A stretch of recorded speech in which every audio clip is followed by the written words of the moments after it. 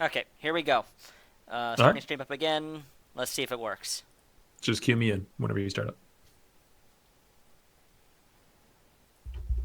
Okay, folks, we have restarted the stream. We're going to see if this works. Let us know if you can hear us. Let us know if something is going wrong. Obviously, if nothing is working, you'll say, "Hey, nothing's working. We can't hear you." And I'm just I talking see a needlessly. champ select.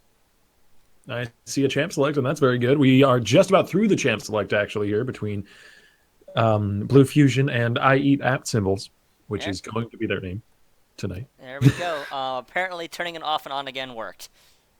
Hey, I mean that's half of tech support.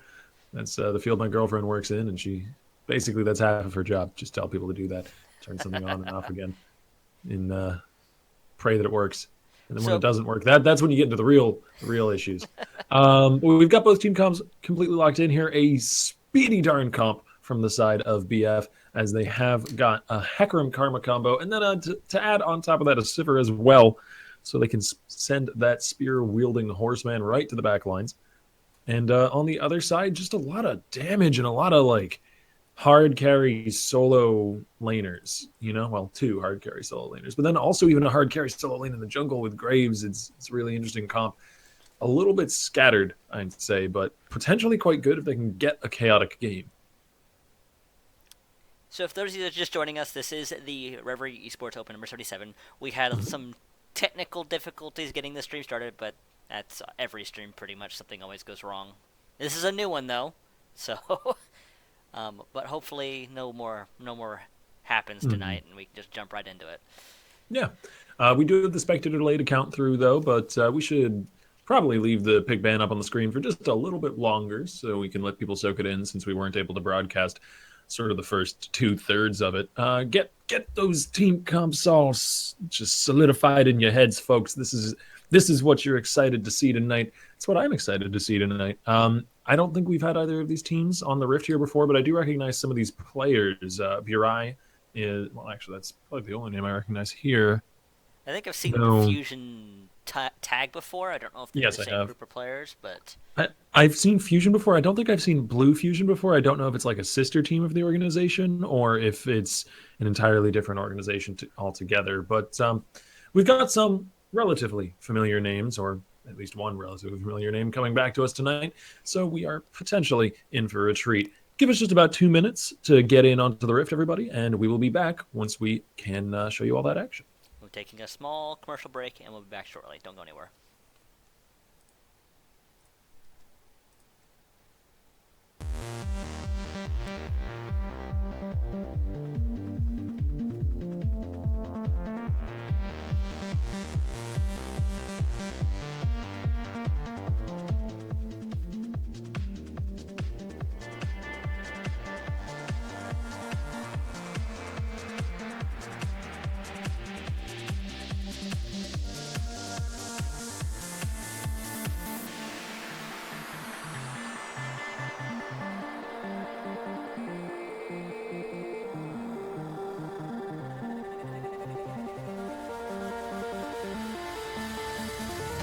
It's never too late to admit when you're wrong.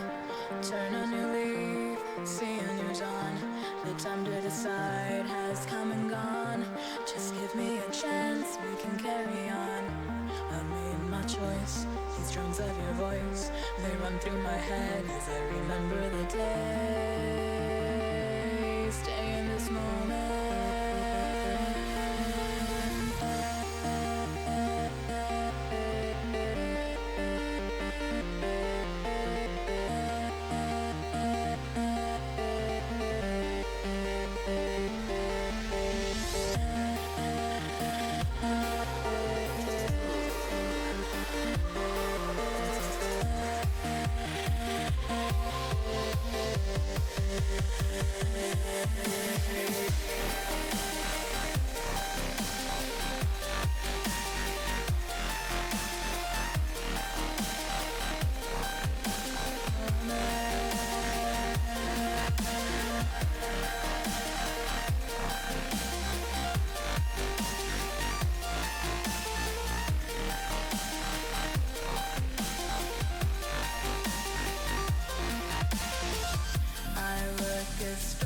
feel the frame.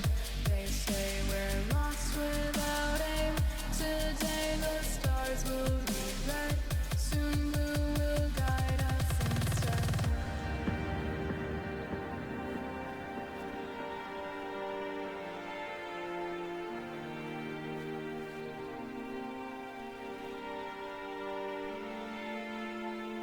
I make it stars fill the frame.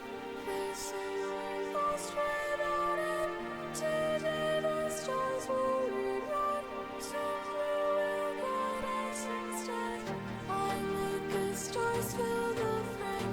They say we're lost. And here we are on the Rift. Just give me a moment to fix all the scoreboard stuff because it's never faults. Yeah, for some reason Riot decided that the scoreboard should by default be hidden. Because people don't like information? I don't know. Information I guess, Information is is bad. ugly. But one way or another, welcome to the Rift, everybody. We've got a great start to the night for you all with I Eat At Signs, a name which I cannot appropriately pronounce on stream, facing off against Blue Fusion, who are not really ironically, I don't think that's the correct definition of the word, but ironically on red side. And we've got some really sort of explosive picks. Camille, who has been seeing a lot of solo queue play, but hasn't seen a lot of like competitive level play, be that amateur competitive scene like we do here, or even higher above that, echelons above ours. As well as the old school, really aggressive picks like Graves Jungle. I think it's actually going to be Camille's first appearance here at Reverie, given the timing of her Yeah, her wouldn't be surprised. release and the timing of obviously our winter break. Minions have spawned. Definitely things conspired to keep the champion off of our Rift for a little while, but we are back, and so is she. And I'm going to have to learn exactly how Camille works in a lot of these matchups. I've played against it once or twice on the Rift, but I don't really inhabit the top lane very much personally, so my experience in terms of laning is relatively limited, but I have played against her in team fights, and by God, she can have quite an influence, especially if she gets far ahead. That red buff is being tanked up there by Crystal Meth, a nice little gift over to Insient, who's going to have a great jungle leash to start off. Meanwhile, Badest and Jesp are doing the same thing for Cruelty. Definitely very interested in Camille because this is my first time seeing her played outside of the champion spotlight. So Oh. Well, you've got quite a bit to learn. Camille is really, really fun, and there's a lot of theory crafting going around on her. And a little bit of salt as well. A little bit of salt has piled up in the days since her release, but it is kind of a symptom of new champions in general. People are always, I don't know. angry. No, with Salty. Camille, I think it's potentially a little bit justified. She does seem perhaps a little overtuned, but making the sort of calls this early on after release can feel a little bit quick to the trigger. Crystal Met's taking a lot of damage on the way out there from Badast, as Burai's going to take a few shots as well. Just doing some Crystal Met's very going nice to take a few damage. more as he comes back in for a bit more punishment, but there's the combo onto Badast, who takes a big chunk. And Burai saves that trade there.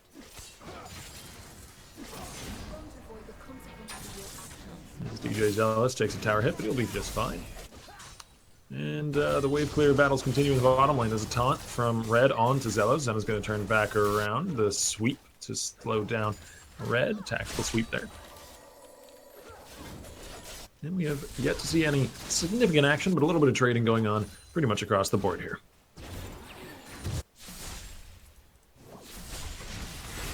Oh, Charm landing on a minion there. Insient in the mid lane. He has the red buff burning onto Salisi, who has to flash away as well as Vertigo goes. 2 summoners down for Salisi. That's going to mean a return gank, almost certainly. Hopefully for Insient before his red buff burns out, but he doesn't have much longer on that. Still, though, he's got some backup in the form of Sonome, who's going to be able to make that gank work within a nice place to charm. He lands that one next time around. Or Insient could just show up immediately, still with that red buff, but a flash forward from Sonome means the charm doesn't land. Still, though, first blood to the Ahri. And that's exactly what you want to see. Ahri needs that gold to snowball a lane. That's Salisi making a little bit, not playing quite safe enough. Didn't expect Insient to come just right back to the lane. Speaking of, Boy, Cruelty opting into the 1v2. He could be in some trouble, but the charm, again, not quite landing, hitting a minion, and now Cruelty gets himself one kill. Sonome has no mana left, does not have the charm anymore, and Cruelty has that double buff and has a double kill, rampaging to the mid lane, for an easy 2-kill punch.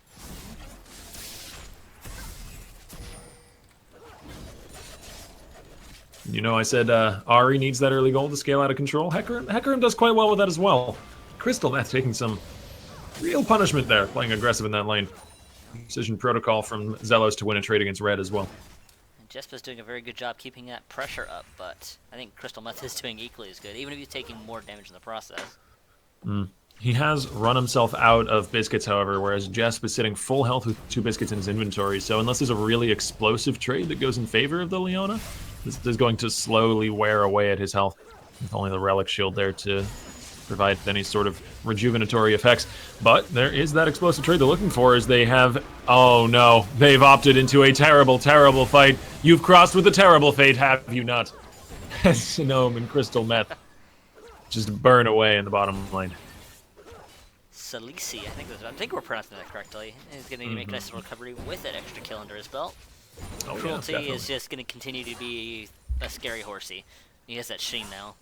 Yeah, I think Cruelty is going to be the main sticking point now for IEA to overcome, as Hecarim excels with an early lead, and Graves does not do very well without early gold in his pocket. So there's a huge discrepancy right now between these junglers.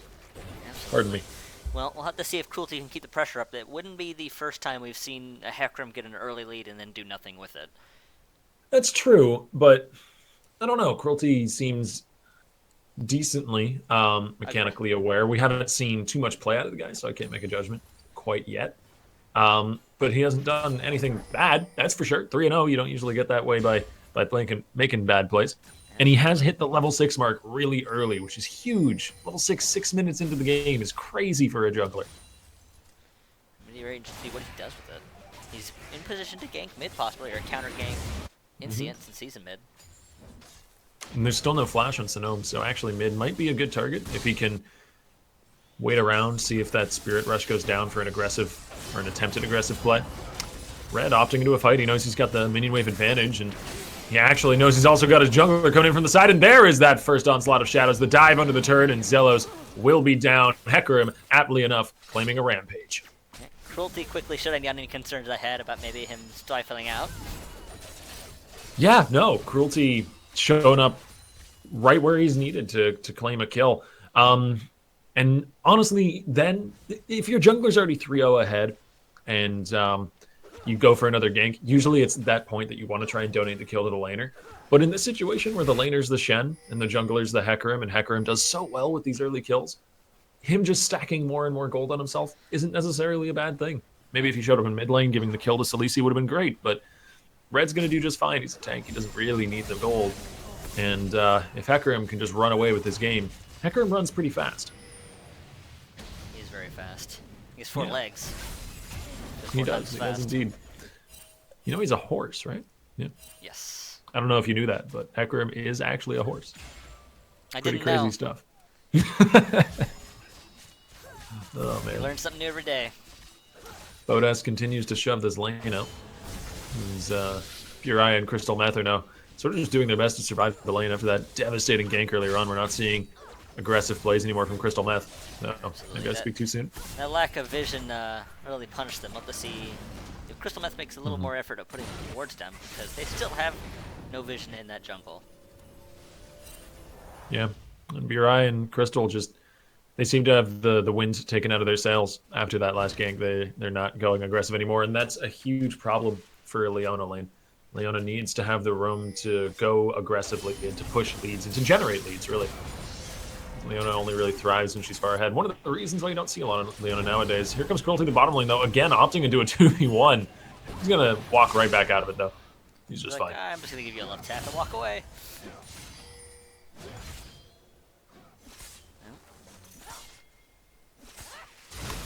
I haven't heard a lot of Camille's sort of battle sounds yet, and she was making a big deal out of killing that ward. I don't know. It's like, we're going to show this ward who's boss. She was like shouting at that damn thing. All right, Zelos and Insient are going to be able to steal away a red buff with the knowledge that Hecarim is on the bottom side of the map. And they may actually get a catch here into red. Shadow Dash gets some distance. I feel like they could have kept pressing that. They knew that Hecarim was still on the bottom side of the map, and Salisi was coming through a sort of awkward point in the jungle. That advantage could have been pressed for sure, because they both had red. I think he could have gotten away, but they could have definitely put Yeah, definitely. more damage onto him to make it his And they lane could have more probably awkward. pulled a summoner. I feel like they could have definitely pulled a summoner. Because Insient still had flash, they could have traded summoners at the very least. Like, made a more aggressive play because now we're seeing IEA is behind and they're not really doing anything. Earlier they were playing aggressively, but now that they're behind, they're just getting further and further behind. There's the ulti onto Cruelty, but he's more than happy to stay in the cage and fight it out. Meanwhile, in mid lane, though, nice sidestep, a turnaround from Sonome. He gets the max range charge. This is exactly what they need. Sonome flashing away now as Red comes in, but the Shadow Dash hadn't come down yet. Red does land the taunt, and he's got a red buff of his own from that previous fight top lane. I don't think Sonome escapes this one, but still, a 1-for-1 trade, not so bad when you're starting to fall behind. Absolutely, it was very very solid play by Sonome. There's the stun onto Jasp. Instant in the bottom lane. This is exactly what we wanted to see from IEA. Nicely done. They're taking some aggressive moves. Crystal Meth able to finally get a nice solid aggressive ultimate in. They don't really have another choice. They have to play aggressively and look for these sorts of picks. I mean, they're a comp with an Ahri and a Leona and a Camille. Like, what are they going to do? Kite back? I mean, I guess they've got Caitlyn, but honestly, the Caitlyn pick is a little bit weird here. It feels like a fish out of water as far as the composition's concerned. Maybe they're banking on the late game. I don't know. Why not Vayne? Maybe Virai doesn't play Vayne. Also, Vayne, I don't like it as a pick myself, but like, it doesn't really seem to fit in with the composition here. Honestly, I would have loved the Sivir for Virai, but maybe that was taken away by Badass. We didn't get to see a lot of the pick bans, sadly. We were distracted by our technical difficulties. So the AD carry pick order may have been important to the compositions here in this game, or perhaps Virai is just really comfortable in the Caitlyn, because a lot of these picks do seem, to some degree, like their comfort picks. Absolutely. We see Bodast and Jesper are back on the bottom side. There is some ward vision that's letting them see Cruelty in the river. Oh man, Camille is so talkative. Every time she uses an ability, she has another deep quote for you. And yeah, there's Tactical Sweep coming up. Good laning tool for Zelos. Red, though, seems to have gained control of this lane, and he's also got the double buffs right now to boot, so it's going to be difficult for Zelos to hold his own over the next few minutes, at the very least. Working on that Sunfire Cape, which is giving that wave clear. Additional damage. And in addition to that, he's even got the Ninja Tabby, which is a really big deal, actually, versus Camille, because the Q, of course, is an auto attack enhancer, and so Ninja Tabby will reduce the damage from her Q by a flat 10%, which is crazy good in the early game, since I believe you usually max Q. In this case, I think that's what Zealous is doing for sure. Yeah, tactical protocol, or sorry, not tactical protocol. So many tactical things. Precision protocol is what's being maxed first. Let me just go and pull up her. Oh, hello. Zealous now having to hook shot away to the wall. It's unfortunate. Yeah, usually as Camille, you want to be playing really aggressively. You want to be the one pushing the lead in the lane, but Red survived, more than survived, thrived, got through into this later game, and now with Ninja Tabby and the pieces of a Sunfire, Zealous is just barely even chunking him. Precision Protocol doing a decent amount of damage there, but not nearly enough. Looking at the CS, it's even, but Red currently True. still has that lead. And the thing, oh boy, we may have to get back to what we're talking about in a moment. Silisi is down bottom again, and we have a serious case of deja vu for Crystal Meth and Burai. Burai going to be instantly eliminated, and Crystal Meth will be hunted down thereafter. And the drug problem has been eliminated. Red trying to chase Zelos away in the lane, gets some success in the form of a summoner spell and lane dominance. Cruelty's the drug enforcement horse. Oh man. The DEA has been employing some very strange employees. Bodast playing with fire here against Insient, who has the red buff. But if Insient continues this chase, he's going to get flanked on. He does not manage to get the kill. Bodast, of course, having that spell shield and, in fact, the assistance of Shen. But pulling a Shen ult for Gray's ult is just fine. That's not all that goes down, though, as Dragon is taken by Cruelty. So far, Blue Fusion has pretty solid control of this game with Cruelty having gained that early lead and just kind of pushing it. And as I said, between these two compositions, Blue Fusion's seems the more well put together and the more sort of coordinated. And that's bleeding through into the gameplay as well. Blue Fusion got the lead on the Hecarim. They got the lead in certain lanes, and they started rolling with that. They recognized where their advantages were, and they've made much more coordinated plays. We've seen 2 4-man ganks bottom lane, for God's sake. And up top lane, Zelos has not had any breathing room the whole game, which is really nice because that Camille was a first pick. IEA put huge priority on that, and to just shut it down that completely is really, really good for your next draft. This isn't actually best of 3, this is best of 1, but it's a really, really good sort of response to the drafting strategy that IEA came through with.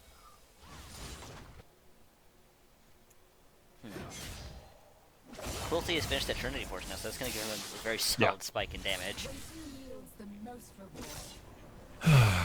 Camille quotes are so distracting. But yeah, the Triforce is a huge deal for Hecarim, as Red's going for another play here with the Sunfire cape completed for himself, so an item completion breakpoint for Red, and Zealous has to dash away with the hook shot.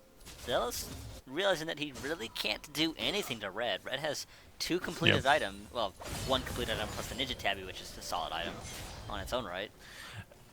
Yeah, definitely against Camille. It's incredibly potent there. And it's not really going to get any better for him anytime soon. Shen's just going to keep scaling up into a mega tank. The only sort of bright light for IEA right now is their mid lane, but Celessi has actually stayed ahead in CS while roaming bottom lane twice. We haven't seen a single roam yet out of Sinome. I think that's a pretty big issue, honestly. We need to see Sinome influencing that, what little influence he has over this game across some of the other lanes, because they do desperately need his help. And if not, at least just crushing the lane in terms of CS. You really shouldn't let it go one way. You shouldn't let your opponent have their cake and eat it too. Have the lane and farm it too. Zealous getting some attention again in that top side. Oh, that was a hook shot forward, but Inscient is waiting in the bush, and that's a juicier target there for Cruelty as he terrifies him even across the wall and gets himself an unstoppable moniker. Now Zealous ulting in on the Cruelty, is desperately looking for that shutdown, but there's some assistance coming from the mid lane there, and Celicia is going to be finishing off the Robotic Menace before she can do anything further.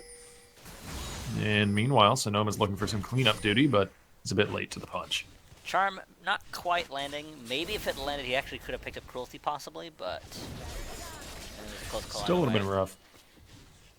And even that one shutdown kill onto Cruelty, however valuable it may have been, like that shutdown gold would be pretty huge right now with the 5-0 Hecarim. I don't think it would have been enough to make up for that play. Like, it's just Fusion being that much more coordinated and that much more together in their plays. They've got an idea of what they want to do and they're executing on it. Maybe not perfectly every time, but even an imperfect execution is better than no execution. And my god, Crystal Meth just melted. I mean, Salisi hasn't even had the best laning phase and he's pelting out damage. There's the shutdown though for Zelos after he teleports into the fight. That's going to be nice for him. However, there's a double taunt from Red. There's a flash forward and Badast is here and ready to make up for that laning phase, which may not have looked quite as nice. Crystal Meth dives in only to his own doom. And the push continues for Fusion again. As I said, Cruelty dying for the shutdown, not a big deal, because at this point the rest of the team is equally formidable. For a second there I thought IEA was going to do alright. They managed to kill Cruelty and it looked like they were backing off, but then they started fighting again. Rather than backing off after one kill.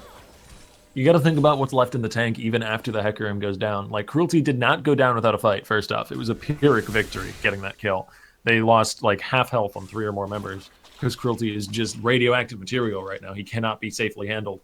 And then they've got this already mega tank Shen who can still do some damage. Like, why be a glass cannon when you can just be a regular one? Or a cannon of iron. You know, one that's very hard to take apart. And then Salisi is already finished with the Morale-Nomicon and scaling a tier. Like, Fusion are just in perfect position to crush this game, and that's what they're doing. They have leads in all 3 lanes, with the only lane that's not leading CS is the bottom lane, and that's a tiny lead at that. Yeah, and you can put that down to some degree to just the Caitlyn being very, very hard to shut out of a lane, but that's fine. 10 CS is not going to, pardon me, make or break a lane. And Despite Really, the this kill is lead, just kind the of gold lead is textbook not League as of huge as I Legends. expected it to be. Well, you got to take into account the time as well. This may not look like a huge gold lead, but that's because we're not at 40 minutes. We're at That's 18 true. minutes, where 5K gold is so big. Oh man, Cruelty though, turning the wrong corner, and he's not very tanky. He still just has that Triforce. There's the flash from Insient, and they get themselves another kill. This is actually looking really, really good for IEA, because Cruelty, despite being the radioactive material that he is, didn't actually manage to get any of that toxicity all over the place. And so, not a lot of damage went down, but still, a 2-man ult from Salisi, Insient dashing away, but the damage has already been done. And the poison does its work. However, that's a beautiful Leona ulti. There's the flash in. This is exactly the wombo that they needed. And you can never really count out a team that has a Leona and has an Ahri. There's always pick potential, I suppose. And they made it work. Well, definitely goes in their favor. Their Dragon's going to up in 15 seconds, and they're in position to possibly grab it, but they don't have Insient, actually. Yeah, but that's so good. That's so very good for Eat At Symbols, whose name I'm still unwilling to pronounce on stream because I like my job and I want to keep it. That's really good, not only for the pure gold, because Zelos gets a few kills and Insient gets a few kills, and these are the Graves' Camille's of the world. They need kills to be able to keep working.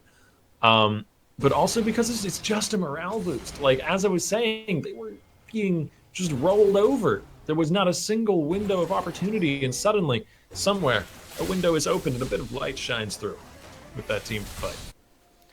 That's going to give them the little light that they need to push forward safely. But they're still behind. They still have a few more team fights to get through. But 2K is a lot, or actually 2.5K is a lot less than a 5K gold deficit. In fact, they've managed to have the gold deficit, which is darn impressive for one team fight. Absolutely. They seem to be able to play these sort of scrappy fights, which is what their composition lends itself to. It was just the laning phase that may have been a bit of an issue for them. As Cruelty, I would say, pretty definitively out-jungled Incience, and Salisi outroamed Sonome, so there was just more general map presence developed by BF, but that doesn't account for a victory if you don't translate it into good mid-game team fights. So maybe that will be their failing. Well, they maintain dragon control as well. It's a second Mountain Drake, I believe. Yep, that is indeed. Yes, indeed. That'll be quite useful. Could They make haven't got a taking- great siege comp, but it'll help fill in the gap in their team, I suppose. It'll It'll help. make every second they're hitting a turret all the more worth it. And it'll help them in the future, I think, particularly with if they want to go for Baron, but that's not their objective right now, as Burai just melts. That was the through heal as well. Nothing that he could do about that one. Crystal Meth being chased away now, as they haven't actually got all that much to stick to him. Maybe he can flash over the wall there. No, he gets tossed back by Cruelty like so much dirty laundry, but he does manage to flash his way over a quite large section of the wall. And the rest of Fusion doesn't think it's worth their time to continue the chase. They're going to back off towards the Baron pit. They're gonna do it.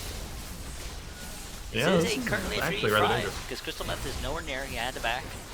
There's no Leona ult, though. There's no Ahri ult. Those are pretty darn big. And, yeah, Baron's Melted. gone already. Melt it with that double Earth Drake. That's the Cassiopeia with 2 Mountain Drakes for you.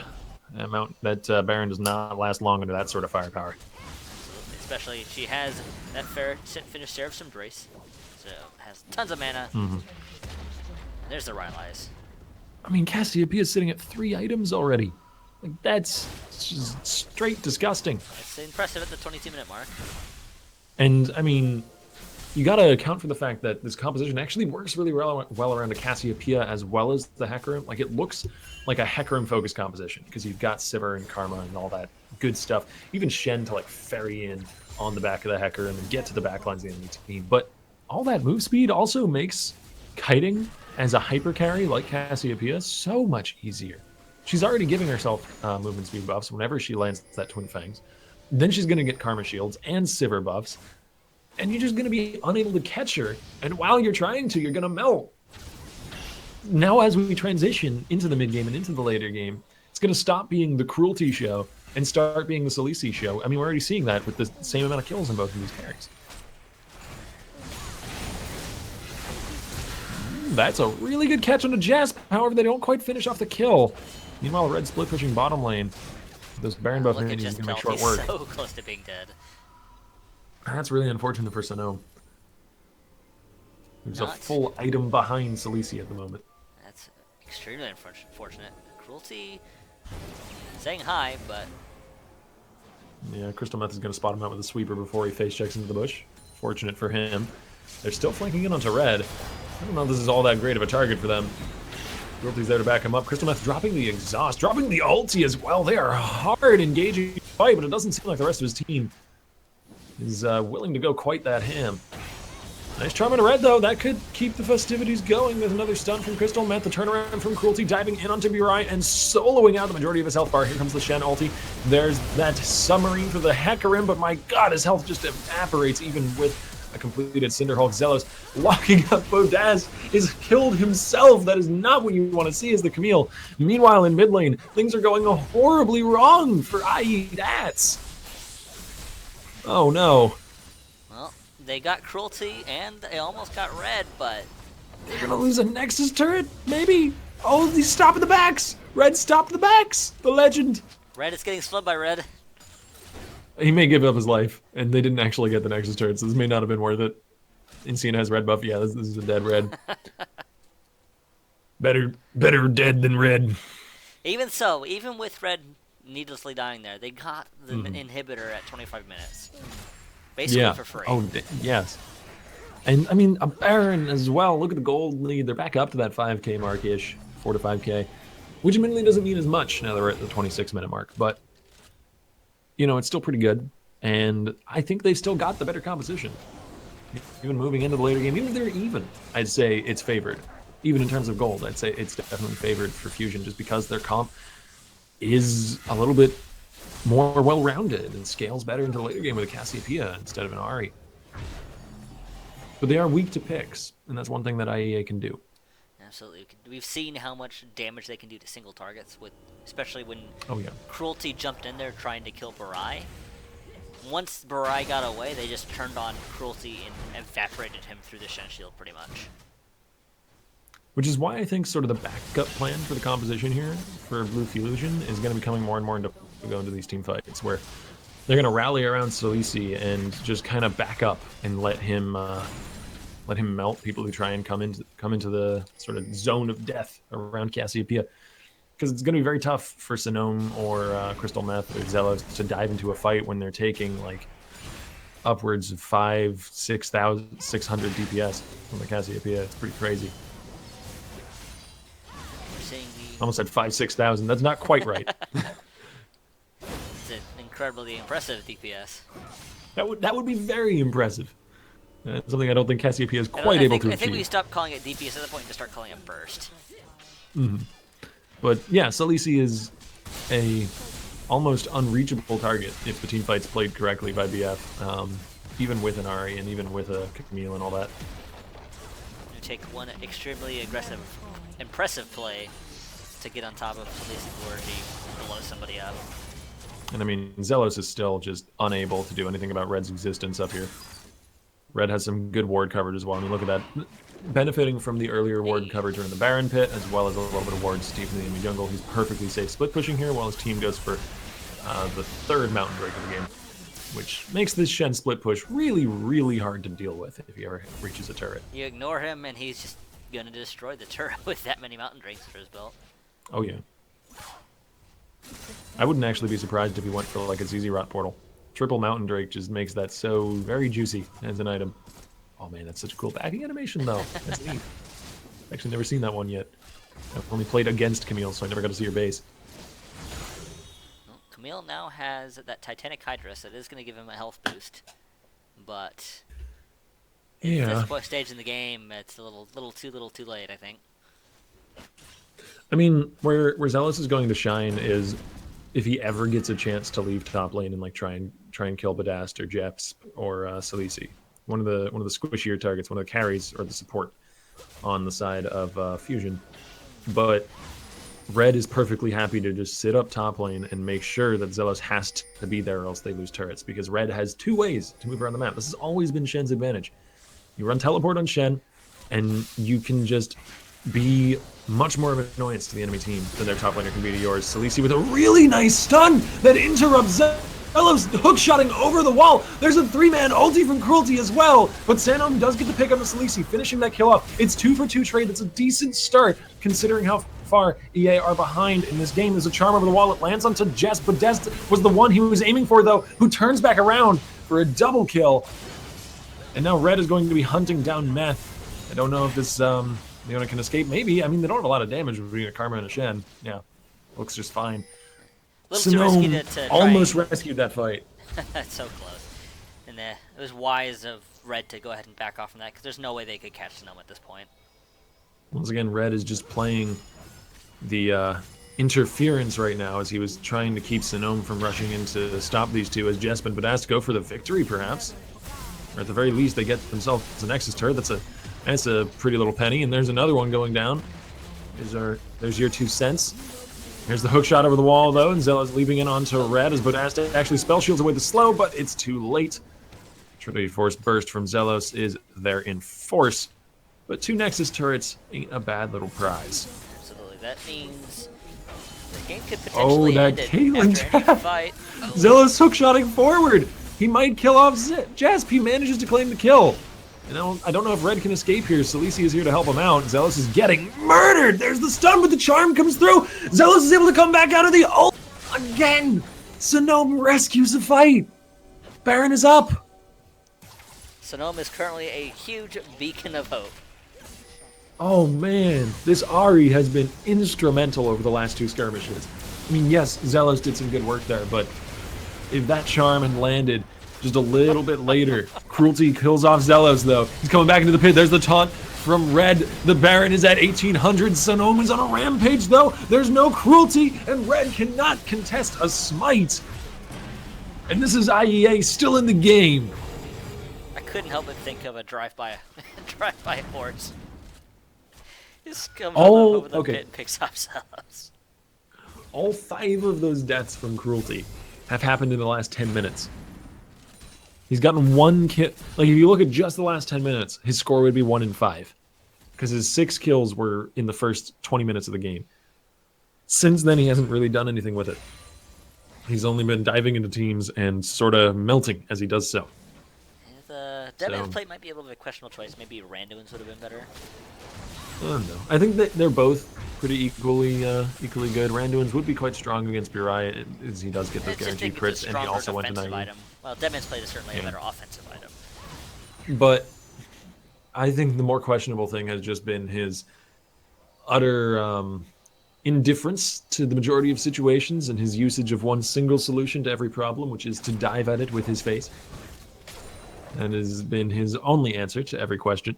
And occasionally that's a very good thing as Hecarim. He's landed a 3-man ulti before, and that kept Fusion in the first of these last 2 messy team fights. But I think a little bit more of a slower, considered fight is just fine for Fusion. They don't need to pull the trigger as quickly as Cruelty's been pulling it, because they've got a huge lead in the form of Salisi, or they did.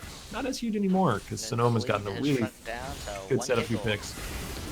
And yeah, Red gets picked backwards. There's half the health off the tank. That just says incredibly dangerous IEA's team is. Yeah. Even with the gold, I mean, even with the poor start they had, you can see how much damage they're putting out. You gotta keep in mind though that 2 Nexus turrets are down, and there's an open inhibitor. So if EDATs make any mistakes, they lose. But they don't necessarily lose anymore. They just have to avoid making mistakes. You know, that's all. It's a pretty short order, right? It's the easiest thing in the world. Don't make any mistakes at all. Don't lose a single team fight. Well, don't make any big mistakes. Yeah, team fight losing mistakes. It's okay to get like a pick here or there. Maybe onto DJ Zelos. I don't know. Cruelty isn't doing quite as much damage as he used. Zelos using the blast gun to push Cruelty over the wall, but not himself. Yeah, clever use of the plant there. That could have been a peck on his pick onto Zalisi, but they may have found themselves a pick onto the 80 carry instead, and there's Salisi's ult gone. That is so huge, but we've got another ult coming through from the side. Cruelty diving into the back, and this time it is met with some success. Ari is out of the picture, and that is the biggest pick they could possibly have gotten, but now Zealous in the back of the fight is wreaking havoc. It's a double kill for the Camille, making up potentially for that laning phase, but now Inscience and Crystal Meth diving into the turret. Burai, though, has not been touched, and he is coming into that Caitlyn late game, maybe able to do some good damage. However, the team fight fades out with a few kills on both sides and no decisive winner. 2 for 2. Both teams extremely low, and there were some critical sort of misplays there on both sides, actually, as Inscience and Crystal Meth continue to dive a little bit too far after Zealous has already passed away. Put it that way. Put it nicely. First dragon of the game and getting the one they really need. The Volcanic Drake will be quite nice for that comp. But as well as that, we saw the start of the fight, Salisi, anticipating a deeper dive from Xenome, tried to sort of preemptively drop the petrification and completely whiffed on it, which is not something they can afford to do.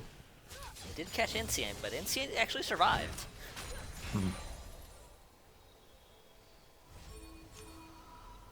Well, this game has become quite interesting. Started off as It started honestly looking like looked like Fusion was going to win pretty handedly, but some crucial errors and some not so crucial errors from IEA managed to bring them back into it. and a lot of it has been. I want to credit Xenome for a lot of it. He's got some really nice Ari play, landed some great charms. He's been there to clean up some very messy fights. But DJ Zealous has become a bit of a presence as well. We ragged on him for his laning phase, and he was kept down by Cruelty. Cruelty seemed to understand the laning phase a lot better than he's understood these last few team fights. And that has since passed. He's still got a lot of deaths under his belt. A lot of those are just from the laning phase. And all of those kills, it's like the opposite situation with Cruelty, who in the last 20 minutes or 15 minutes has gone like 2 and 5. In the last 15 minutes, Zealous has gone like maybe 5 and 2. So he's turned it around for sure. So I'm not quite catching Cruelty there. Cruelty able to use the Blast Cone to escape handedly. I like this focus on the mid inhibitor from Blue Fusion, but to rotate towards the top side also seems smart, since that's a pretty easy take, honestly. They do have to be a little wary of a hard engage from Xenome and Crystal Meth. To be fair, though, Xenome does not have his ulti up right now. That's a key ability.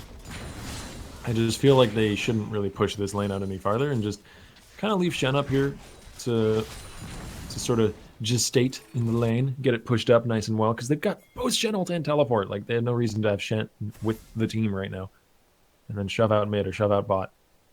Get some easy pressure on the rest of the map. I think there's some kind of concern that if he's not there right away, that they're going to lose because they need some kind of front line.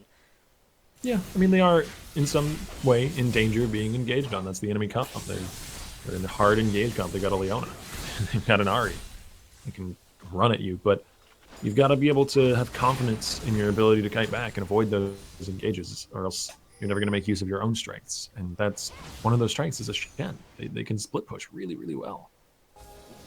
Keeping pressure on the lanes, trying to make sure they don't get pushed up too far. I mean, there is always the potentiality that you make a misstep and you get picked, and then you do lose that 4v5, but you've got to not make the misstep. Like, you can talk about macro and general strategy for days, but in the end, micro matters as much. You have to be able to sidestep Leona ults or flash them. You can see things have slowed down significantly as Fusion not quite sure what they want to do here. And it looks like they've considered sending Red to the bottom lane. That's where he is right now, but Cruelty gets caught out and just destroyed. Ow. That's a pretty big pick. That's hugely unfortunate. And, Cruelty was at the half ad health, signs- and then he went from half to 0. Yeah, I mean, that's the strength of Camille Ari. He's got quite a bit of damage between him. And Graves as well. I mean, Inscience is even starting to come into it. Ari getting the kill credit on Baron Nashor there, but it doesn't really matter who. And this has now become At's games to lose. Surprisingly enough. Baron, they could easily push this up. We do have to keep in mind that they could still lose if they lose one team fight. Very, very quickly. Yes. They are playing with a huge handicap. Or I guess the appropriate term would be to say that Fusion are playing with a huge handicap because they're the ones who are given an advantage here. If they do manage to win a team fight, it's pretty much all over, regardless of these advantages that have been accrued against them over the last 10 to 15 minutes. They have that opening in the mid lane. And that's why I feel like their lack of direction has really killed them, because they have this weakness that they can exploit, but they just haven't been exploiting it. They haven't seen a way to do it yet.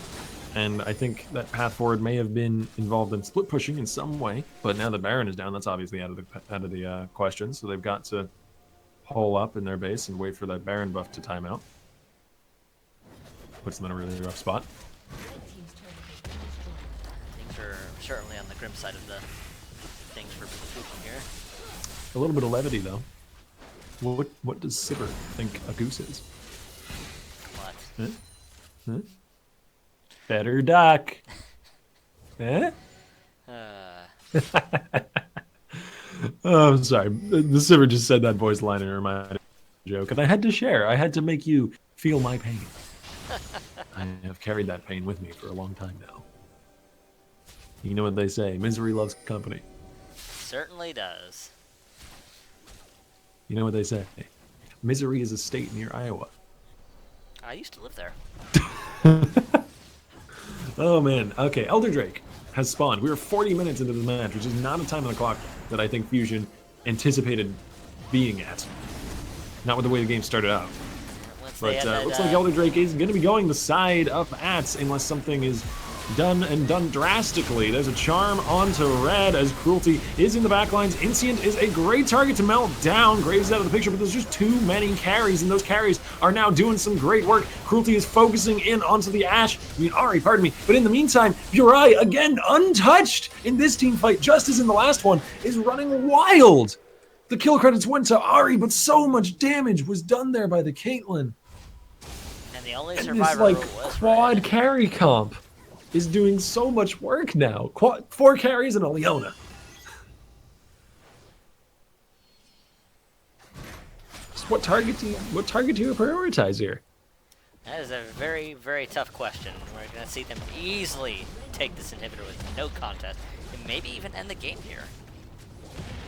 It's like an enemy that comes into the ring with, instead of holding a sword and shield, they're just holding like 5 swords and they just run at you with all the points facing you. Like, yeah, sometimes they're going to trip and impale themselves, but sometimes they're going to trip and impale you instead. Uriah is doing some very, very nasty impaling right now. There's a rampage for the Caitlyn, who had a very rough laning phase. That's got to feel good coming out of that. Absolutely. He's getting his revenge for beating 4-man twice in 10 minutes. I am still a little worried for Ats, regardless of how well they're doing now as we move into the late game. Oh boy. Okay, Cruelty, not quite that brave. As there's going to be laning phases in future games, and if they play them out the same way as that, where they don't really have team communication, they don't really sort of help each other out, then a more competent team, a team that knows how to take that laning phase lead and turn it into a victory, may very well be able to outdo them in the later game. They can't rely on these really messy fights, which Zealous is starting off against Cruelty here. There's a stun after the hook shot. There's a stun and a crystal meth, but Burai was not quite caught in it. So at least he's still going to be able to create some distance, though. Bit of help from Jess. Turns back around. Good damage into Zealous. Boomerang Blade comes through as well. So at least he's still doing his best. Red's up now, so it's Worried now that that's not enough 45. anymore. But yeah, whichever team does win here goes on to our finals, by the way, folks. This is the semifinals for those of you just tuning in.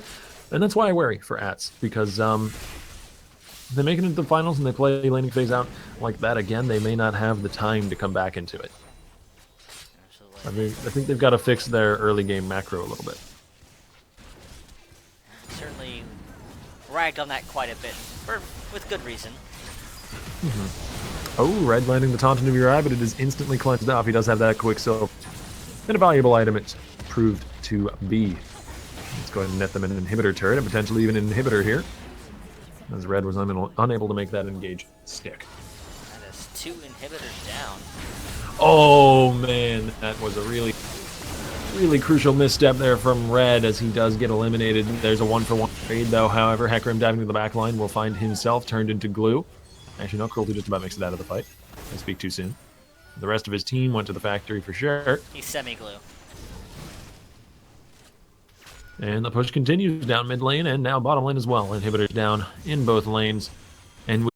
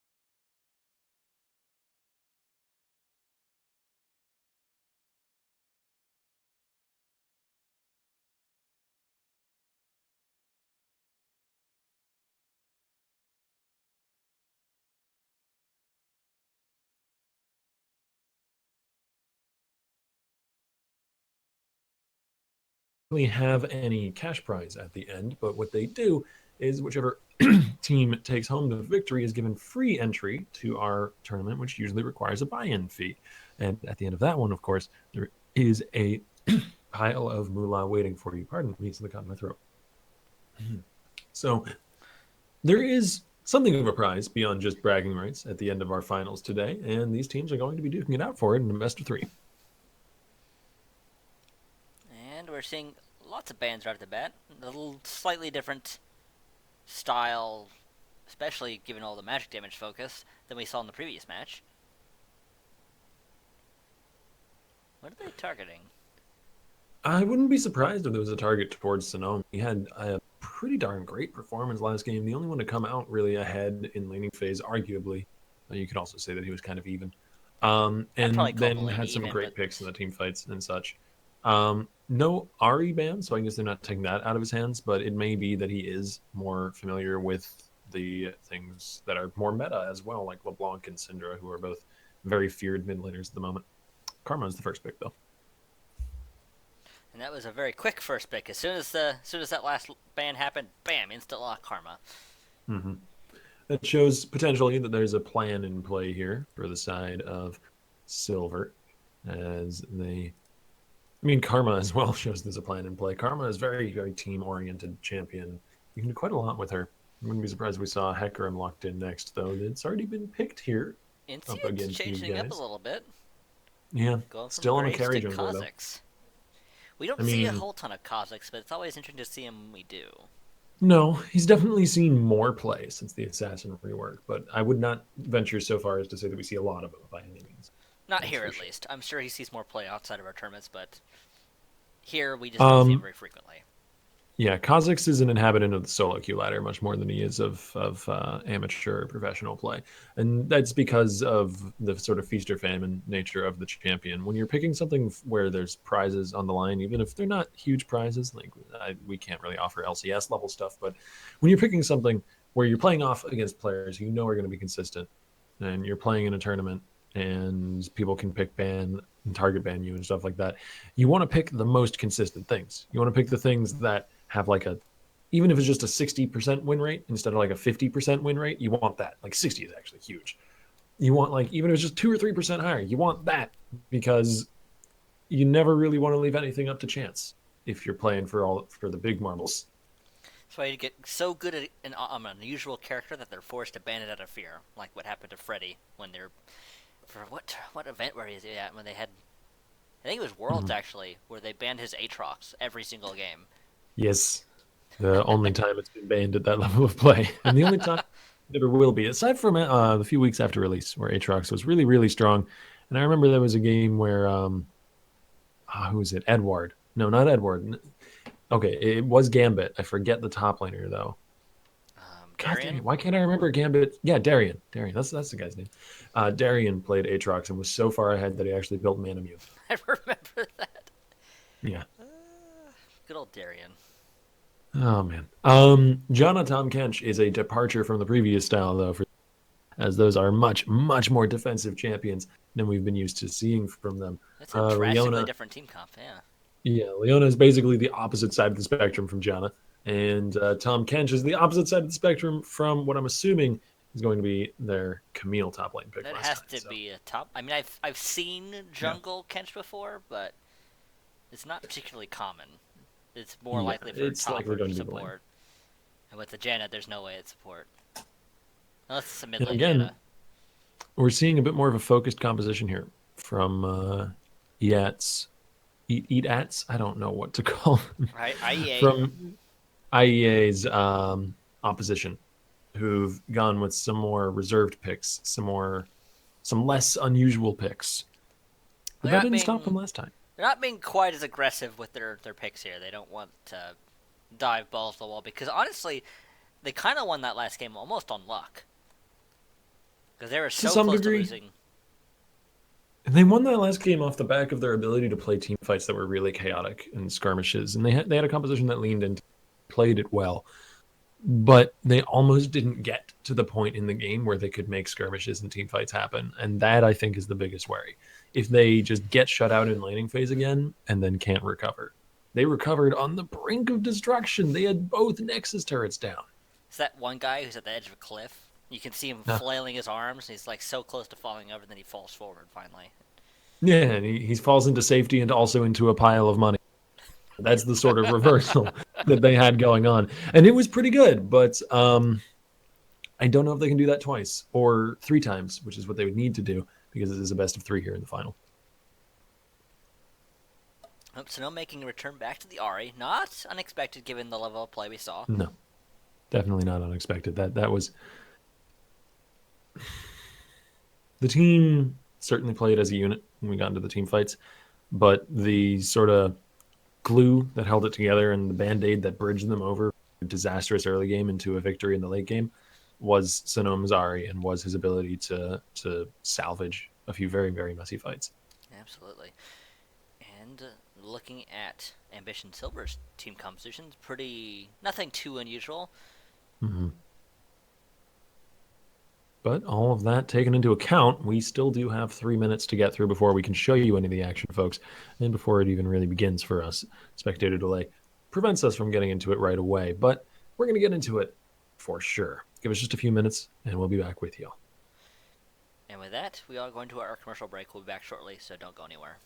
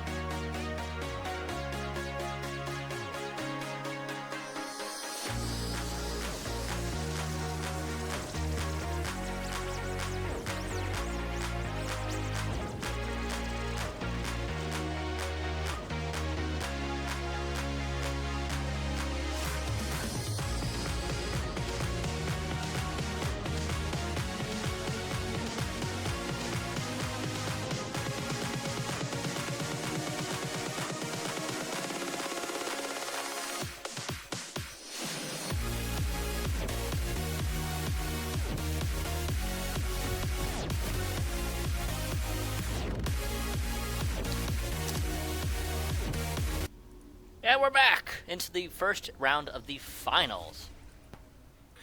And excited to be back as well. This is number 77 here at Reverie, but I'm tired of it. Though to be fair, I've not been here as long as you have, Effect, so I don't know.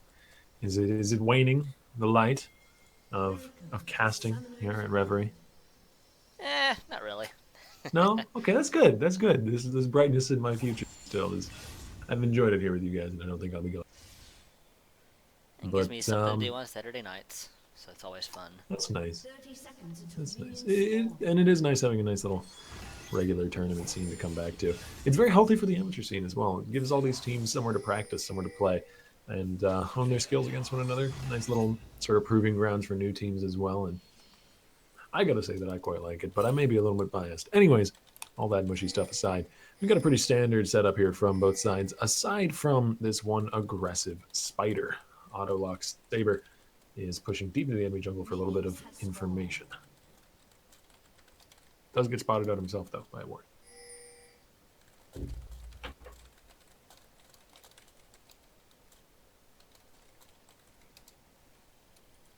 Effect, do I still have you along? Sorry, I was responding to the question of is there a prize for winning? Oh, yes. I hit that during the draft phase, but for people just joining us, the prize for winning is a free entry into our tournament, which usually has a buy-in cost. So it allows teams to bypass that, teams that maybe wouldn't have the funds to get in otherwise, and then prove themselves against some of the toughest competition that Reverie and the amateur scene as a whole has to offer, because you get some pretty big names, amateur scene-wise, in that monthly tournament. So do tune in for that, by the way. That's on End of the the month? last Sunday of every month? Yeah, Correct. last Sunday of every month. Milo and Zelos having a little bit of fun up there. Oh, I haven't seen a Tom Kench top lane in some time. It's pretty fun to see what he does with that. Yeah, I haven't seen Tom Kench in some time, to be fair. He's always really best paired with Hypercarry. Wary of him in this competition in particular. Burai proved more than capable at the end of last game. So perhaps it will be worth it for Zalos. Certainly a departure in style from the Camille in our semifinal match. But they've got room to grow. They've got a game to play here. Only 3 minutes in.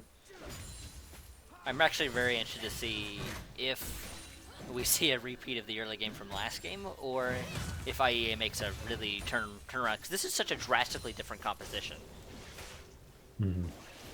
The only thing really kept through is that mid lane, as Sonomi's sticking on his good old trustworthy Ahri. I suppose Burai is on the Caitlyn still, but it's a much different lane than Absolutely. Caitlyn, Janna. Leona from a Janna is a little bit of a small difference. And it's worrying slightly that Burai is getting shoved back here. Caitlyn traditionally sort of does very, very well into the matchup against Ezreal, but Master Wubs and Tadu have done a great job of keeping that lane shoved up and keeping a level advantage for themselves, which has been key in allowing them to. Nadu's been really, really good about kind of pushing forward and hitting Mirai with those Qs. Yeah. And Crystal Meth just hasn't been able to offer very much laning presence on this Janna, and that's always been one of Janna's weaknesses. Very, very good once you get into the later team fights and where her peel is most relevant, but in laning phase, not nearly as strong. The strengths certainly aren't very noticeable, even though they are there. Shield prevents damage and does damage boost, but it's just... Yeah, and a really good Janna player can, but it's nowhere near as reliable and easy combo for sure. Absolutely, you need to be. That's not to say that Leona doesn't have her own. It's a case of opportunity cost, no matter what you go for, really. There's the heroic charge from Mailu, but he does find himself under the turret. Actually, he ate that turret shot there, stepping under the shield on the way out. That was really nice and clean. Crystal Meth takes a bit of damage himself. Milo definitely has the advantage in the top lane. He has 2 charges left. Hello, here's Inseit. Yeah, if Inseit can get one of these first kills, that's really good for him, but he does at least claim the exhaust on the way out, and that's worth his time, I'd say. It's going to be hard for Burai and Crystal Meth to do anything with that, though. The exhaust being down, if that was a Leona support, that exhaust being down would be so big. It's a Janna, so the exhaust being down doesn't really matter that much, because it's not like Janna can do much with that. Milo's just keeping so much pressure onto Zelos. Mm-hmm. Oh, a little bit of pause here. Hopefully we should be out of that very soon. Take a moment to look at the status quo here. It's not pretty much everywhere is mostly even, with most of the advantages being slight at best, and mostly in health or resources from pots and whatnot. Looks like we're just having a small latency problem for one of the players, so hopefully we can resolve that really quickly. Always an issue when you have an online tournament. Somebody can have a bit of a shaky connection, and that does put a damper on things, sadly. But yeah, it does give us a bit of time to look over these comps once again, sort of come back to some of the points we may have already hit and see how they're evolving into the game. Because there's a Kazakh's in the game and he evolves. I'm sorry, that was really bad. But yeah, it's going to be a case of Ats having to survive the laning phase again, and already it's looking kind of grim in some of their lanes. They're getting shoved in really hard in the bottom lane. Zelos is getting pushed into turret as well. And I guess again, Sonoma is doing just fine mid, but maybe just fine isn't enough. Looks like the players are ready though, so we're getting back into the game. Here we go. Dottie being really aggressive, pushing forward, forcing the Janus shield without using abilities. Oh, nice charm from Sonoma, but Arrow still has control of that lane. We haven't really visited the mid lane too terribly much, but it has just kind of been a farm fest so far. As we wait for, I think, the first real moves from these junglers. Speaking of junglers, Autolock Saber is deep in enemy territory, but there's the first blood from Mylu. I was anticipating it coming down from a gank, but no, it's just the straight-up heroic charge into a wall. I kind of anticipated it, but I was wondering if Mylu was actually going to do it. That was really close to the line that would have not killed him. Ooh, that cocoon almost landed. If Sonoma had more mana, Autolock could be in back. Sonoma could the ignite there, but he just didn't have any more spells left in the tank. There's the snare onto Burai, but Dudu playing aggressively is not going to get too much for his efforts. As Zelos takes a big old bite out of Mylu, has to flash away, missing mana himself. Now Zelos is going to keep the chase going. There's the tongue lash and a flash forward for the kill, getting a bit of revenge. Zelos able to teleport back in the lane and say hi. Why are you still here? Mylu maybe regretting his choice to stay there and try to push the wave up. Potentially a bit greedy for Mylu, who had the same problem actually as Sonoma there, because he did have level 6. He had Keeper's Verdict. He was just out of mana. So mana proving a fickle friend to solo laners across the board. That's why you clearly need to pick champions with no mana. Like Aatrox. Oh yes, let's keep pushing the Aatrox agenda. Eventually someone might pick it once. Maybe and one then day realize we'll see why it they here. never pick it. That's true. You're making me sad. Uriah and Crystal are taking the opportunity here to shove up the lane while they have it. Mr. Wubbs having gone back to base, but he arrives just in time to catch this wave coming into the turret, and if he knows what he's doing, he'll be able to farm that out pretty easily. Absolutely, you can see that CS lead slowly extending, basically getting 1 CS every second. That lane may look a bit different after we see Burai come back to it, though, because he's going to be building into some damage pieces, as Caitlyn does like to get the BF really early, as you can see he did. But Mr. Wubbs has invested almost wholly into mana with his first base, so he's going to be outclassed. Even though he's had lane control, he's going to be outclassed moving forward because he simply won't have the itemization to keep up with Burai. Mr. Wubbs sounds like a cat name. It really does. It really does. But, you know, I've seen much worse names, so I'm okay with Mr. Wubbs, even if it feels a little silly at times. There's a secure from Inscient. It does mean that they deny that blue buff going over to Arrow, potentially.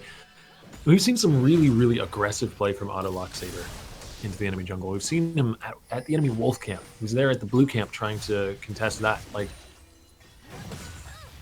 once again, we're seeing Ats getting kind of outclassed in the jungle a bit. Yeah, and Cian seems to be having a hard time. He got that early exhaust, but nothing's really happened since then. And he's picking these champions that kind of need the early snowball to get going. You know, Graves, Kazakhs. So that's why it's particularly worrying to me. If he was on Ivern or something, it wouldn't really matter. I wouldn't worry. Or if even he was the one on the Elise or something like that. Something with a bit more guaranteed utility.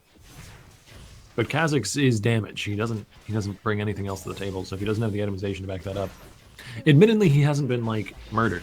He isn't as far behind as he possibly could be. He hasn't really lost that much.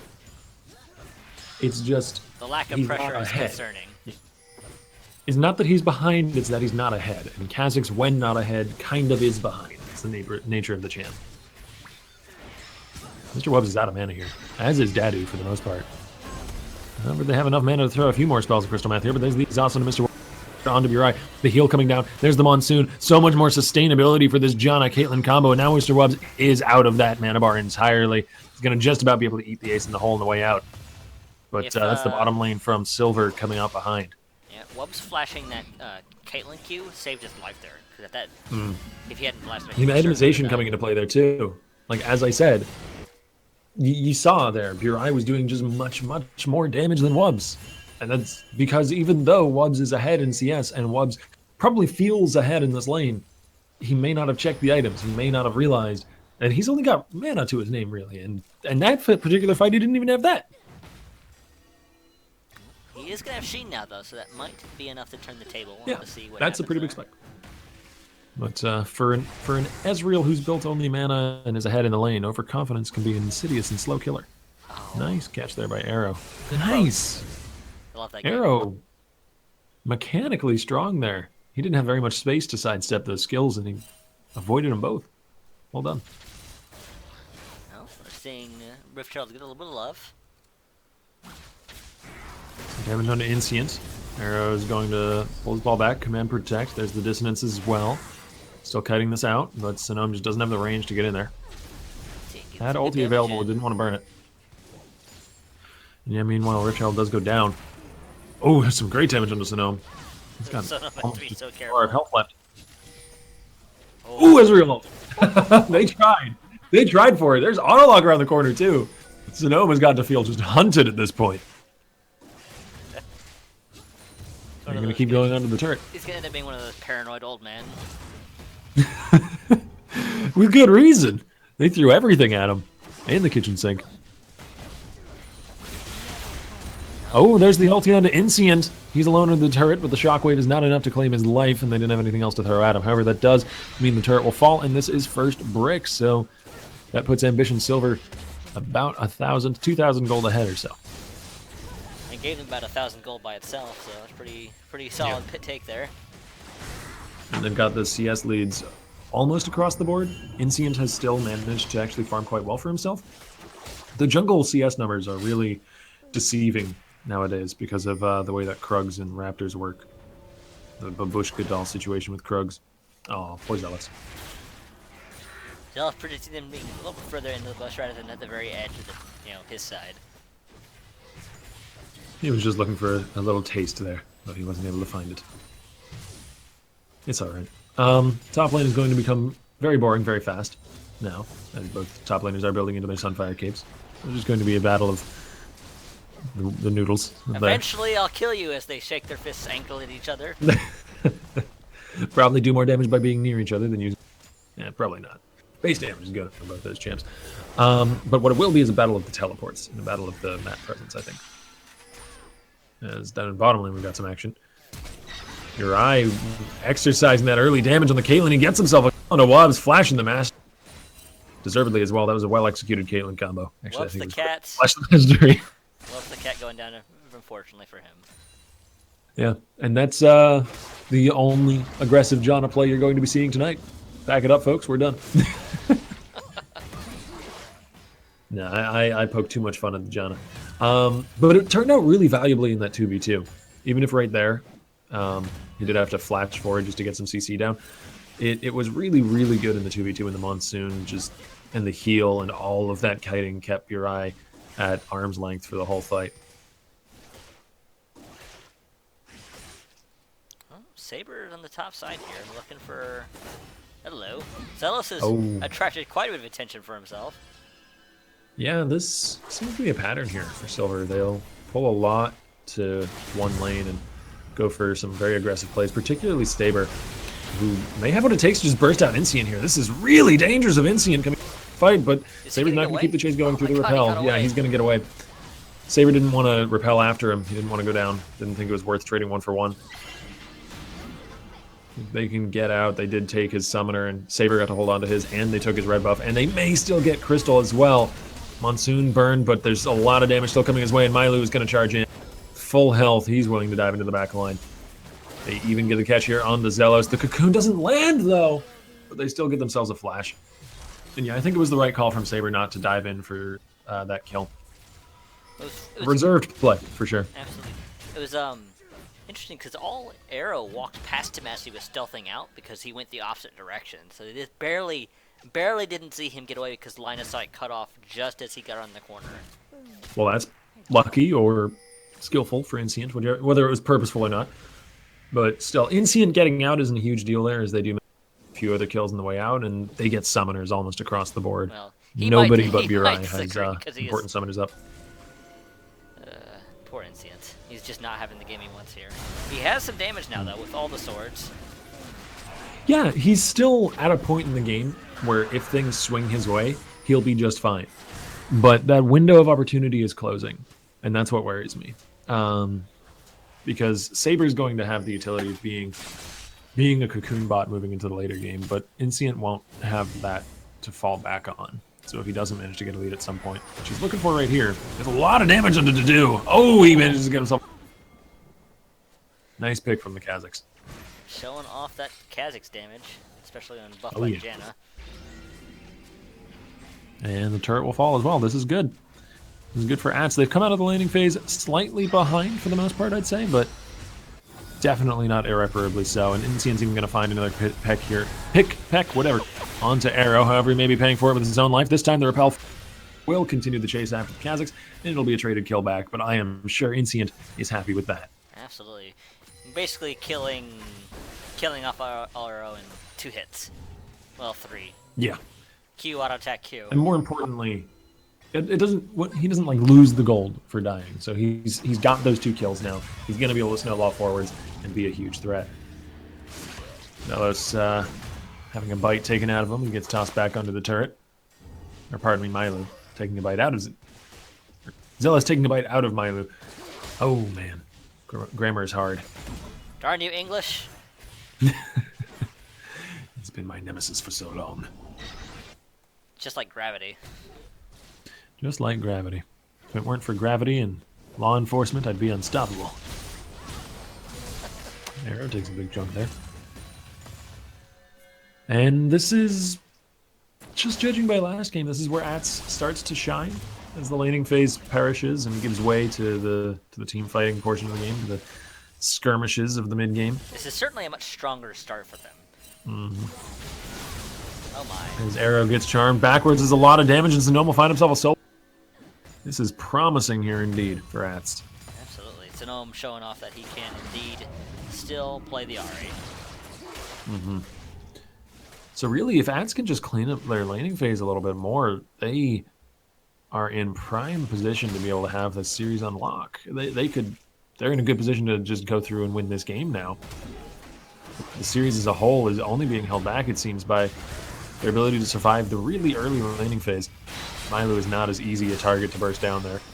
And nice side step from Meth, keeps out a Lock Saber off of him. Exhaust as well, and this is where Janna starts to shine when situations where kiting becomes more important pop up more frequently. Burai now flashing forward, the headshot there onto the support. Piltover comes through, but it only hits that minion wave. But Burai will be more than happy to keep pushing out the lane and peck away now at the secondary turret. Oh, doo-doo there with the body block. Here comes Sonome, though. Yeah, the continued attempts at kills. Sonoma actually predicting that flash from Wubbs. Tossed out his Q, but it tossed out a little bit too far. Over-predicted. Still, though, a victory here for the side of Ats. There were some difficulties, but those have mostly disappeared now. They now have leads. I wonder why they choose to eat at symbols. Maybe they're tasty. You know, I've never eaten punctuation before. He's gotta try it, I guess. Maybe it's an acquired taste. Oh, I see what you did there. That's the name of Tom Kench's passing. Well done. Well played, sir. Thank you, thank you. Well played indeed. It's usually my job to make the terrible, terrible jokes, but nice to see I've got a bit of backup. Saber landing the stun on Zelos, who's under turret for at least one more turret shot there. Some good percentage damage from Mylu, and indeed from the Elise as well. They may yet be able to chunk down this frog, but Saber going dangerously low does have to repel away. Zelos almost bursting down in a 1v2. Here's Insient. He knows that he can take on all Arrow, and he does indeed finish him off. However, stunned up against the wall, Mylu may be able to squish this bug. unless Insient can create quite a bit of distance, which it looks like he's capable of. Yeah, the reset giving Ooh, him... Ezreal ult. Good reflexes from Meth. Absolutely. Insient once again thinking his lucky stars. He's gotten so close to death so many times. Getting a bit of healing off the red buff passive.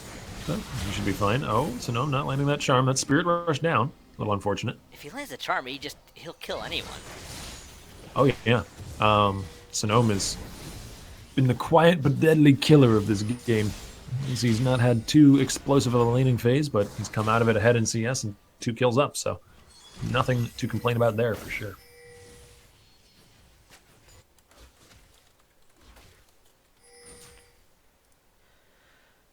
And it seems like ATS really just need to hit their stride and then they know how to handle the game. Sometimes they have issues doing that, but this game, the issues seemed much shorter lived than last game. So if that trend continues in game 2 of this best of 3, we may yet see them just come out of landing phase strong to begin with. Zealous once again getting some love. Yeah, he's tough to bring down at this point, though, as Insient gets exhausted on the bottom side. There's the snare up, but Mr. Wubbs just isn't doing enough damage yet. Does have the Triforce completed, but not packing quite enough punch. Insient, though, now does get a very dangerous robot flanking around him for a bit of revenge. However, Burai is there going mad with a double kill, and there's a cupcake onto Arrow as well. Sonome is here. Charm doesn't land! Wow. Arrow was going just fast enough with Ghost Up. The animation disappeared as it was hitting him. Oh man, tickled that Orianna on the backside. There's the Spirit Rush over the wall though, and Arrow may still go down. He flashed away. The Ignite is ticking. He has 10 life. He literally had 10 health. Whoa. Arrow thanking his lucky stars. Ooh, boy. See that Sonome is chill chasing a little bit. It's like, I want to get him. That was stressful right there, but Arrow just about gets out alive with his first kill of the game. And, you know, he had a pretty decent play landing phase, but he was just never able to capitalize. And Basically, after getting that first brick, I mean, Ambition Silver seems so well coordinated going for the first turret take in the mid lane, going for some 3 or 4 man ganks, but they've just stopped doing that. And in that lack of a macro environment, we're seeing EA just sort of explode into the game. They excel in this situation. They're not being pressured anymore at all. We're just in sort of rough laning phase still. An attempted gank here into Zelos. He's going to flash back. I don't know if they can continue the chase here. They may yet just... Yeah, they should just set off in the turret. They're just getting him off the turret so they can easily take it into the contest. This is being traded for a Drake, though, but it isn't Cloud Drake, so it's not a huge deal. Well, it is going to make the bug faster, though. Yeah, I suppose. And they've also got the Janna as well, so they can actually go pretty speedy. Speed Seeing racer. demonstrated here from Burai. I like that on that Janna skin, the speed buff animation is much more visibly shown. You get all these like celestial bodies following you about, clouds and stars and such. It is also incredibly kawaii.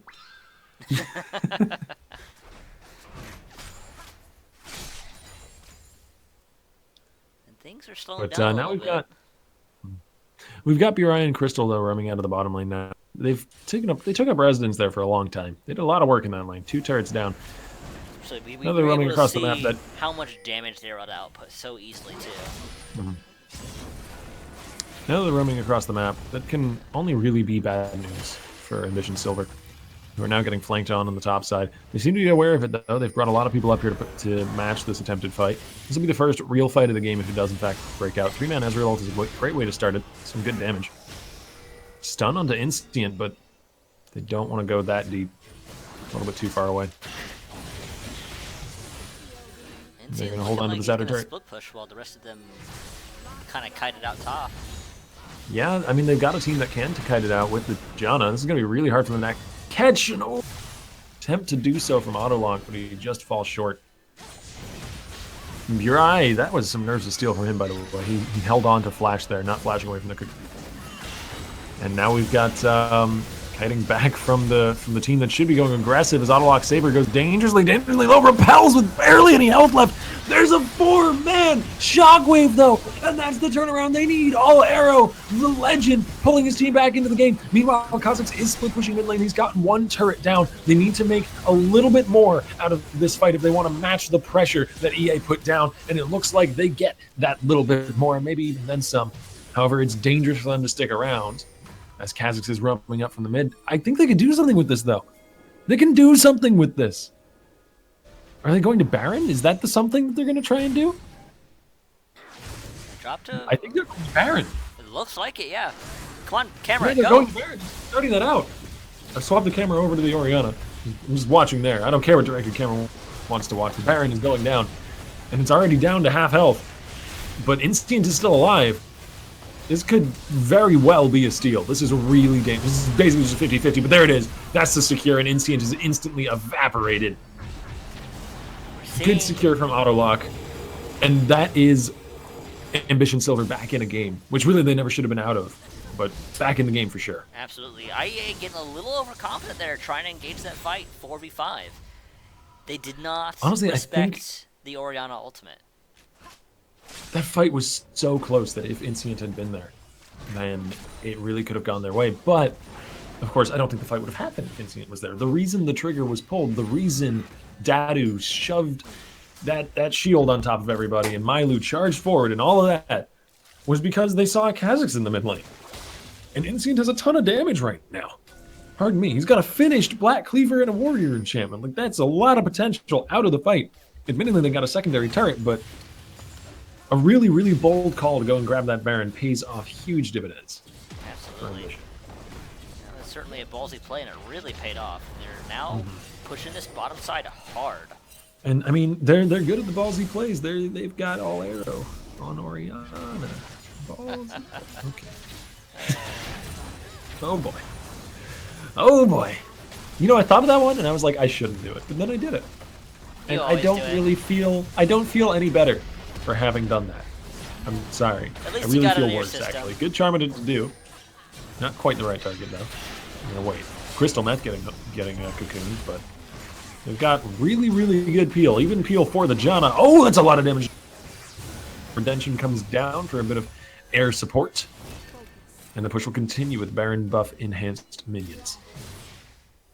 Is that redemption? It's just the little magical airplanes flying overhead, dropping bombs. Yeah, let's say that's what it is. It's an air delivery to redeem a lost team fight, perhaps. But now the inhibitor is under fire. If nothing is done about this, the inhibitor will go down to 3-man Shockwave, and oh man, Ari is out of the fight instantly. Huge as Mailu claims that kill. The inhibitor is the target here, though, and perhaps to the detriment of the fight, as Mr. Wubbs is cut out on the front lines. That's not where he wants to be, but All Arrow is still doing some work. He gets a rampage, and Mr. Wubbs has made his way to the back of the fight, and he is belting out damage from it. I think they're trying That's really too hard good, to kill Mailu. really good kite fight there. This And could be game. yeah, this very well could be. Ambition Silver have the Nexus turrets set in their sights, and they are more than capable to bring these down. A series of crucial missteps and really, really just, I guess, ballsy plays, the way you put it, from Ambition Silver to take advantage of those missteps lead to a turnaround victory, at least to some degree, for Ambition in Game 1. Unfortunately, NCS's decision to push that mid maybe just kind of screwed the team a little bit. Yeah, I mean, I don't want to ascribe it all to that, but if they wanted to send Insient mid to push that, they needed to play further back from a composition with a Karma and a Orianna and a Poppy. Like that's you got to respect that. And if they know that they're going to get engaged on, which you kind of have to assume there, then maybe Insient feigns going mid and then comes back up top for the fight or something like that. And even that fight, the game wasn't over yet. Baron went down, sure, but you could hole up a bit more. But then they took another messy fight under the inhibitor turret, and they just kind of lost focused and became a bit, I guess, tilted is the only real word for it. I don't know. Tilted has such a negative connotation, but it is a good descriptor of how that game sort of played out in the last 8 minutes there. Absolutely. Alvaro kind of being the hidden hero there with those brilliant Oriana plays at the late game. Yeah. 2 3+ man Oriana ultis certainly doesn't hurt your chances. But we're going to be getting into game 2 here. Give us just a few minutes, folks. We should be getting it underway very, very shortly. Don't go anywhere, all right? We'll be right back.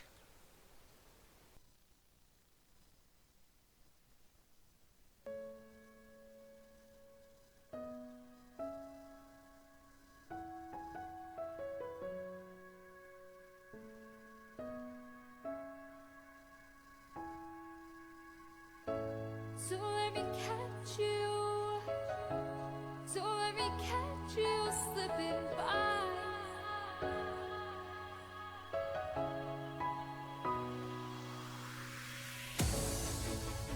Why do I get myself? Why do I get myself caught up in these lonely nights? Oh, why? Why do I get myself? Why do I get myself caught up in these lonely nights?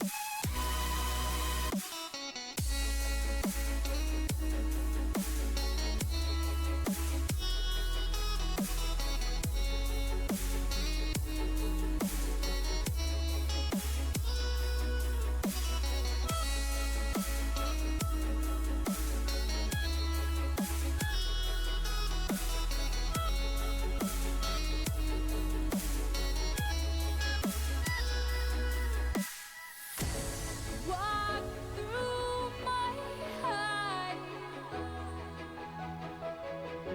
show me your eyes. 'Cause all along I knew I was doing the wrong thing by giving you my time. Where was I? Where was I when I needed it most? When I needed myself? Where was I? Where was I?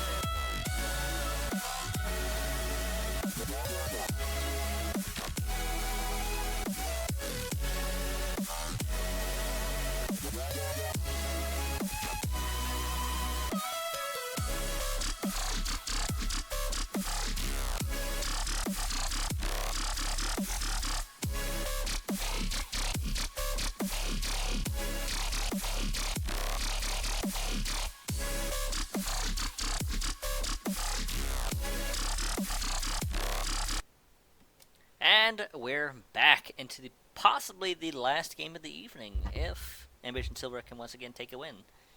Yeah. And it will be Ambition Silver versus I Eat Ash, whose name I have found a comfortable medium to accurately representing without being in any danger of losing my position here. And Ambition Silver will be on red, and the opposition will be on blue, of course, as they swap sides going into game two. Now, IEA had some rather solid performance in the beginning of that game. I'd say the first 20 minutes, barring maybe like some bumps here or there, There are a belonged few to little them. shaky spots, but it's And certainly significantly better than the first match we saw. yeah, but a crucial misplay around top and mid lane led to a hard engagement and some very, very decisive plays from the side of Ambition Silver. And I think that played into their favor really, really well. What they did was certainly risky, engaging that fight, which they came out of with blinking health bars, and then going for a Baron right after with blinking health bars, and then immediately pushing in onto a lane and going full on for the victory. Like that's not a situation, a series of dominoes that you often see fall one after another, but it worked out and leaves them with a 1-0 lead in a series where really, judging by most of that first game, it seems like they should be 0-1 back. So they're one game away now from playing the finals, and they've got their pick of the litter for champions as the bands are very similar to game one. Absolutely. We see a Poppy Bam targeted at Miley. Miley was quite durable, especially in those later parts of the team fights. We see Zealous making a return back to Camille. Yeah, they had some success on it in the semifinals match that we saw them play in. I wouldn't say that the success came in phase though, so it does worry me a little bit, especially considering the Zach pick. The reason why Camille didn't do so on laning phase is because DJ Zealous was camped. I mean, that's the real word for it. He was shut out of the lane by continual jungle pressure. Lulu locked in aside the Zach. That is an incredibly tanky front line already. Probably Lulu support, though I guess we could see it mid. And we're going to have to see something that can shred tanks in answer.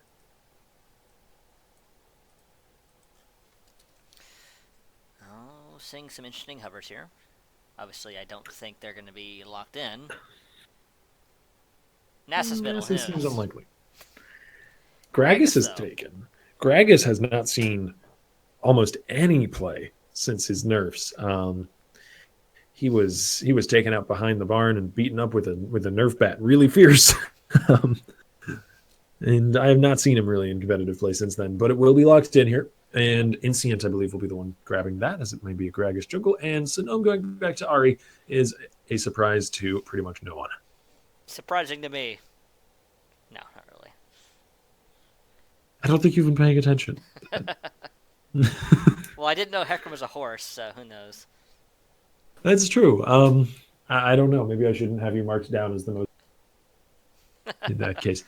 However, we do have a Yasuo hover. I believe Yasuo was hovered at the beginning of last draft as well, so it may be something that one of these players is familiar with.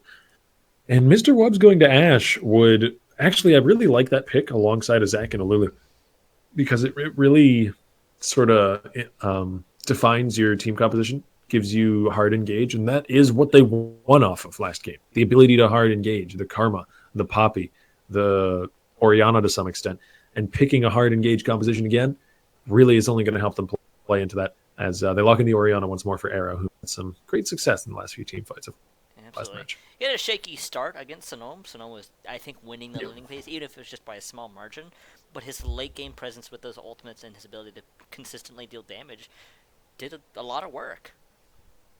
Yeah, and I mean, I can't blame him too much. Sonome seems to be very familiar with this Ahri, but they are prioritizing other mid laners. However, they're still prioritizing only mid laners with their ban. It's a lot of respect towards Sonome, even if they're allowing him his Ahri nonetheless. If they're not banning his Ahri, how scary is his other picks there? Yeah, how scary must that Zyra be, because that is a very strange one. Though it may be a ban out against as Zyra does swap between mid and support pretty freely. I doubt we're seeing a team. Burai may go to the Ezreal, though. He's had a lot of success on Caitlyn, and Caitlyn does fine into the Ashe matchup. I would be surprised, actually, if he ventured off that, but looks like Ezreal is his pick of choice. And this makes actually some sense to me, because Spell Shield plus just being Ezreal means that this is going to be a very, very hard catch. And we have a hard engage comp. I mean, we have Zac, we have Ashe, we have Orianna. Like, picking a carry that can dodge out of that sort of hard engage makes a lot of sense, even if Burai has seen a lot of success on Caitlyn. And we're all locked in with the jungle pick gonna be an Ivern. Mm-hmm. Ivern has come to the forefront nowadays. Jungle powerhouse because of his a lot of different things actually. His inbuilt utility, meaning he doesn't need a ton, so he can do well out of the jungle because junglers get a good amount of gold, but not a ton compared to some laners and such. His ability to play really aggressive early on, actually in the jungle, because he can insta smite away, steal a jungle camp, and just kind of cheese a jungle camp that way.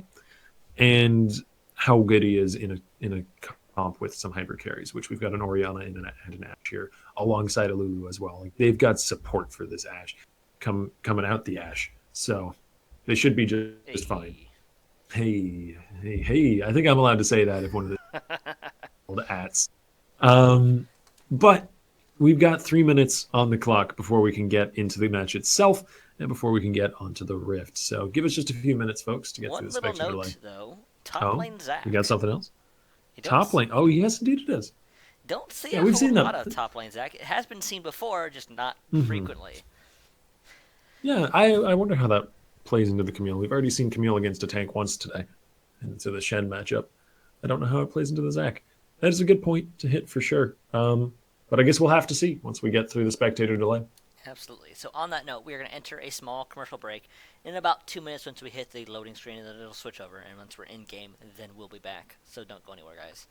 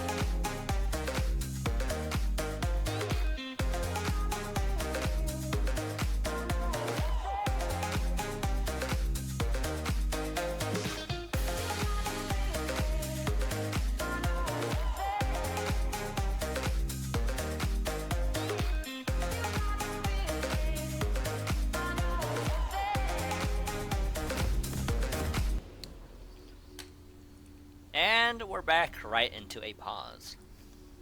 Are we back though? Because it seems like we're not quite yet. One of the players is disconnected, so they'll be getting back very soon. Again, one of the issues that plagues online tournaments, and we can't really avoid it. But it looks like they're going to be getting back into the gameplay or the very, very start of the gameplay, very quickly. So they should And didn't stick here around long. we go. Yeah. Good evening, everybody. Welcome, welcome, welcome, welcome to Game 2, potentially Or good game morning here on the last. East Coast.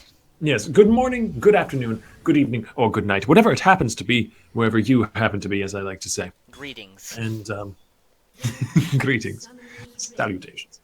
We've got here Ambition Silver on red team, facing off against I Eat Ats on blue side, whose name I'm sure they pronounce differently. But you know, apples, oranges, at signs, A letters. We're the What is it? casters. We can pronounce their name however we want to. Yes, it's all right. It's We all put in right. the time and effort to talk about video games. It's all right to butcher names however we see fit. Even if we Especially try when to. not butchering them could endanger our livelihoods. Now, we've got a pretty standard start here so far, though Autolock Saber is again early information, just like he did last time around, dropping that ward into the back of the pit on the top side. This time will be the blue buff pit, but it's still the same side of the jungle. And I don't really think that we're going to see too crazy of a start, though Autolock Saber on Ivern is always capable of doing some pretty aggressive stuff early. Is he trying to steal this? Possibly. I can't quite tell. I I don't think there's a ward there. I don't think that he's going to be trying to actually steal away the blue buff itself. He just wants that information on the blue buff so that maybe he can go steal away the red or steal away another camp on the bottom side or something along those lines. As Dadu face checks there into a dark binding from Crystal. Definitely taking a lot more damage than he would have liked this early into the game. He does have biscuits though, so he can just chomp down on one of those and be all right for now. That does put him at a one biscuit disadvantage, which may in future come to matter. Pure Eye takes a good amount of damage on the way out. Quite a good amount of damage, actually. Good combo there from Wubbs and Dadu. Very impressive from a house cat.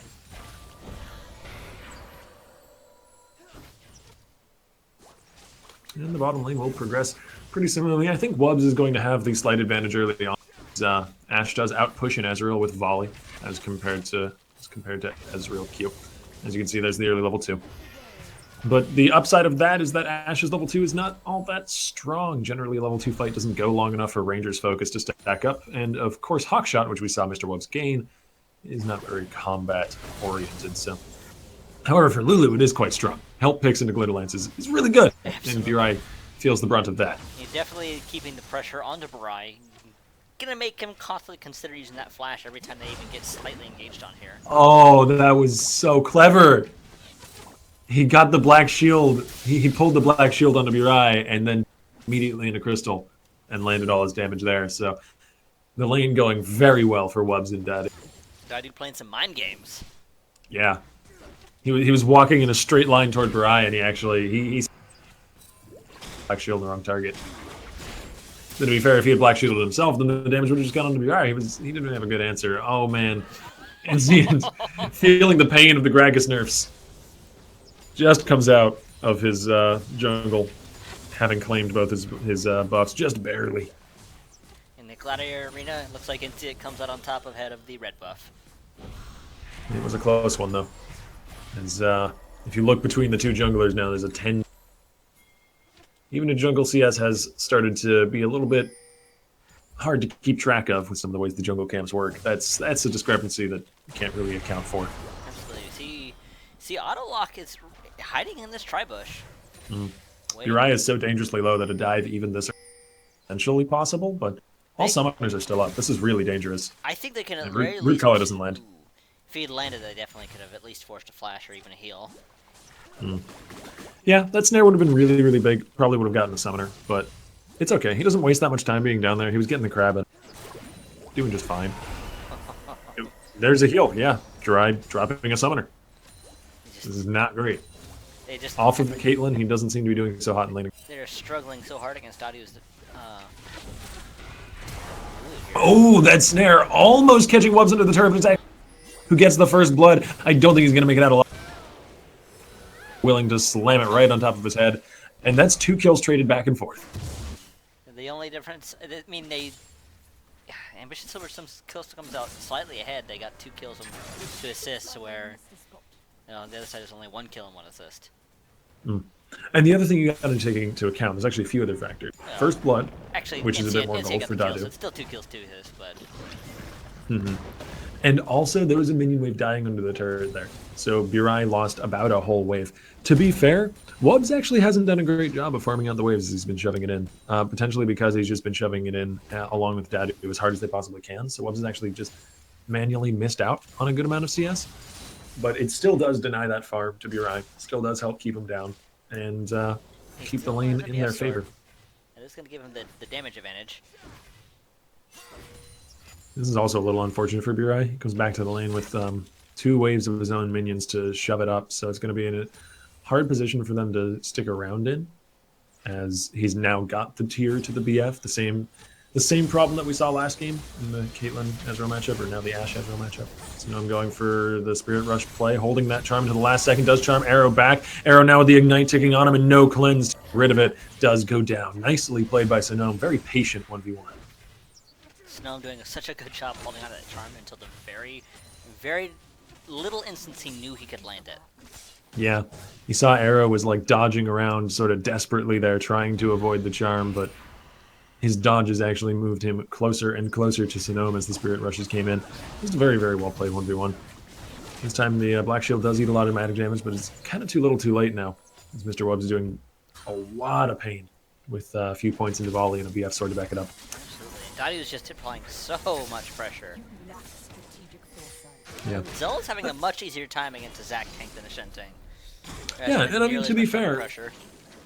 Yeah, that's the point I was about to hit. Autolock hasn't been up top lane at all, and so Xylos, for once in tonight's sort of tournament, I suppose, just as a whole that we've seen of him, he doesn't have to worry about jungle pressure, and that must be a weight off his mind. Tons of damage on BRI again. Oh boy, Ezreal's had such a rough time in lane. You know, we're seeing But he's not that far Saber back. once again, CS. kind of chilling on this bottom side. He wants to gank here, but The issue arises once these 2 hit level 6, once there's an Asho involved. Oh boy, the Glitter Lance even can't see your eyes base.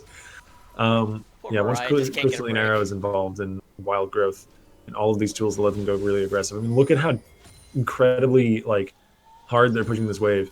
They want to either get the turret or get a kill, and there's the ult on the Crystal. They're going for the kill as Dadu gets bursted underneath the turret, but he does have health picks as well as an exhaust, just barely staying alive. There's a flash away from the Morgana, but they've called in some reinforcements. There's a flash over the wall, and Sonome will claim his 2nd kill of the game. This is going really well for him in particular, and he's more than happy to clean up the mess bottom lane. It's a double kill for the Ahri. that's going to give Sonoma a very nice lead, putting him at 3-0. One man's trash is another fox's treasure, it turns out. The unfortunate situation that bottom lane was in lent itself to a few easy kills for Sonome. That's too bad. They got the Crystalline Arrow down, but Crystal Meth with the very, very quick Black Shield. He must have been predicting that was going to happen and was just waiting to shield himself. Admittedly, we saw the beginning of last game look really similar to this. You know, a few early bumps for the side of EA, and then really good picks. Like, they're diving under a turret right now. They're probably going to get a kill. No, Daisy actually eats the binding the turret, brings down the Gragas. Unfortunate for Dadu that he wasn't there in time. A good getaway. As Mylu gets leapt on. It's a tactical sweep, and Mylu has to back away. Zealous is definitely having such a better game. He's got to be like, this is what I want to do, and not get camped. Yeah, yeah. Autolock has been focusing a lot on the bottom lane, which hasn't actually really paid off. I think he could maybe afford to spread his focus out a bit. Absolutely. Just, it's been warded every time he comes by, or they're sitting too far back for him to land a route reliably. The game now kind of becomes whether or not moving forward Ambition is able to deal with the Ahri, though. And I think they can. They've done it once. Sonome was on Ahri last game, had an early laning phase lead last game, won. So they've proved that they can do it. Let's see whether or not they can do it with this specific comp. There's a teleport coming in to the river. Camille is coming for a visit in the bottom lane, and the exhaust has already come through. He is dangerously low. He turns back around. Rangers focuses. Sidestepping the Q from Burai. He nearly gets the 1v1. But he doesn't quite. in the end. And Dadu now has Zelos trapped inside his ulti. Or sorry, the other way around. Because I don't think there's any escape for the Lulu. That's very Close. unfortunate. Too close for comfort.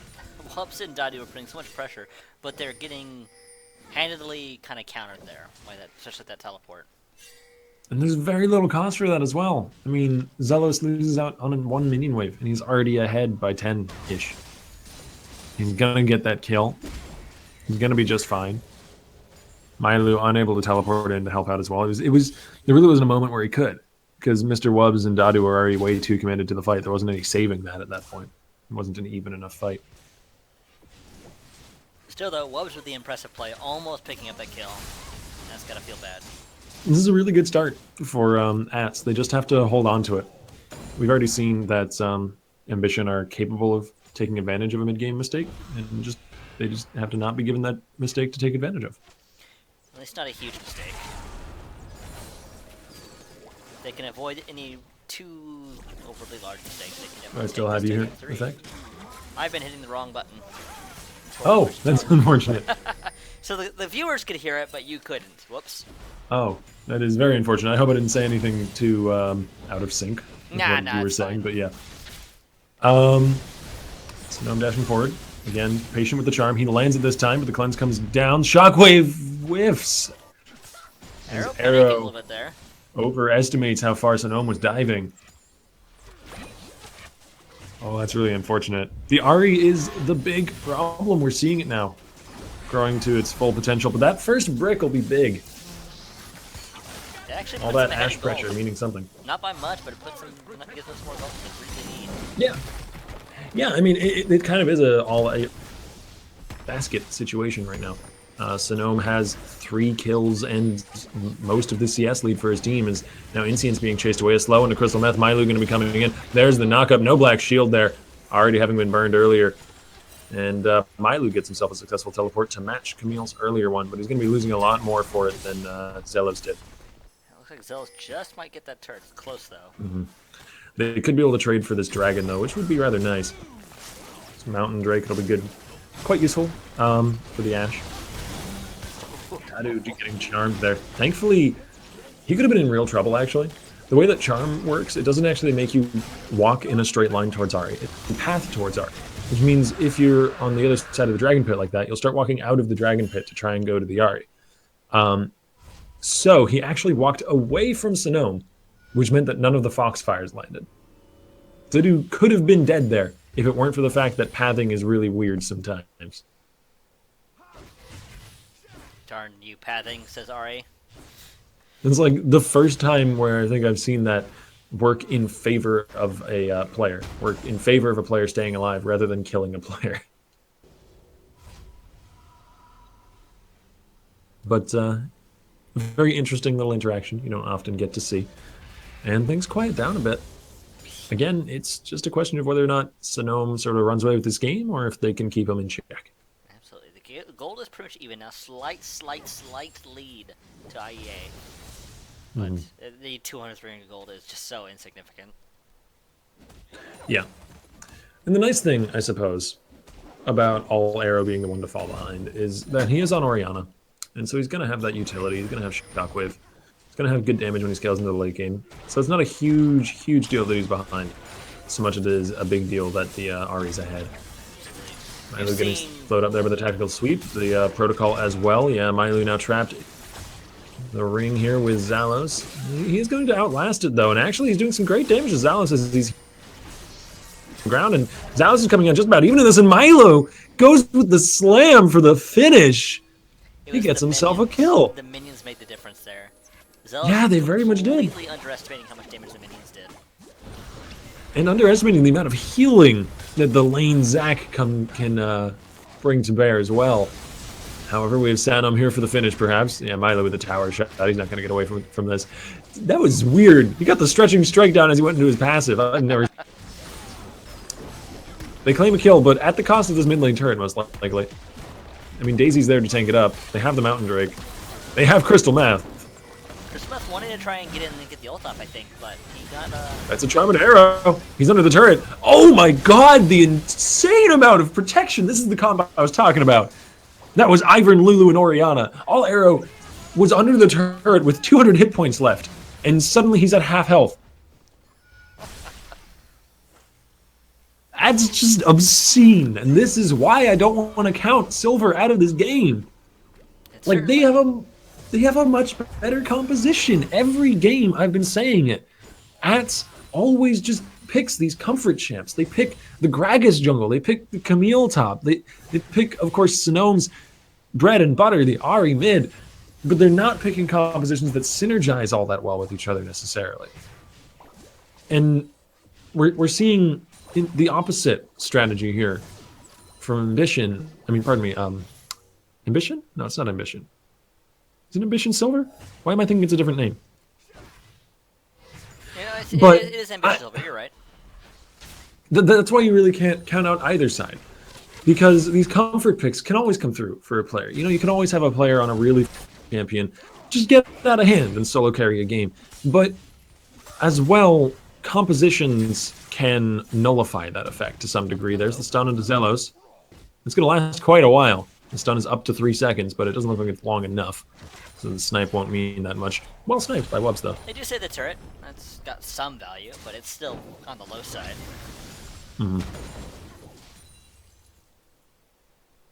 And turrets are now becoming something of an issue, actually. 2 turrets for the side of Silver, whereas EA only have 1 to their names. Well, EA has 2 turrets that are very low that they could take, so that's not... Yeah, that's quite true.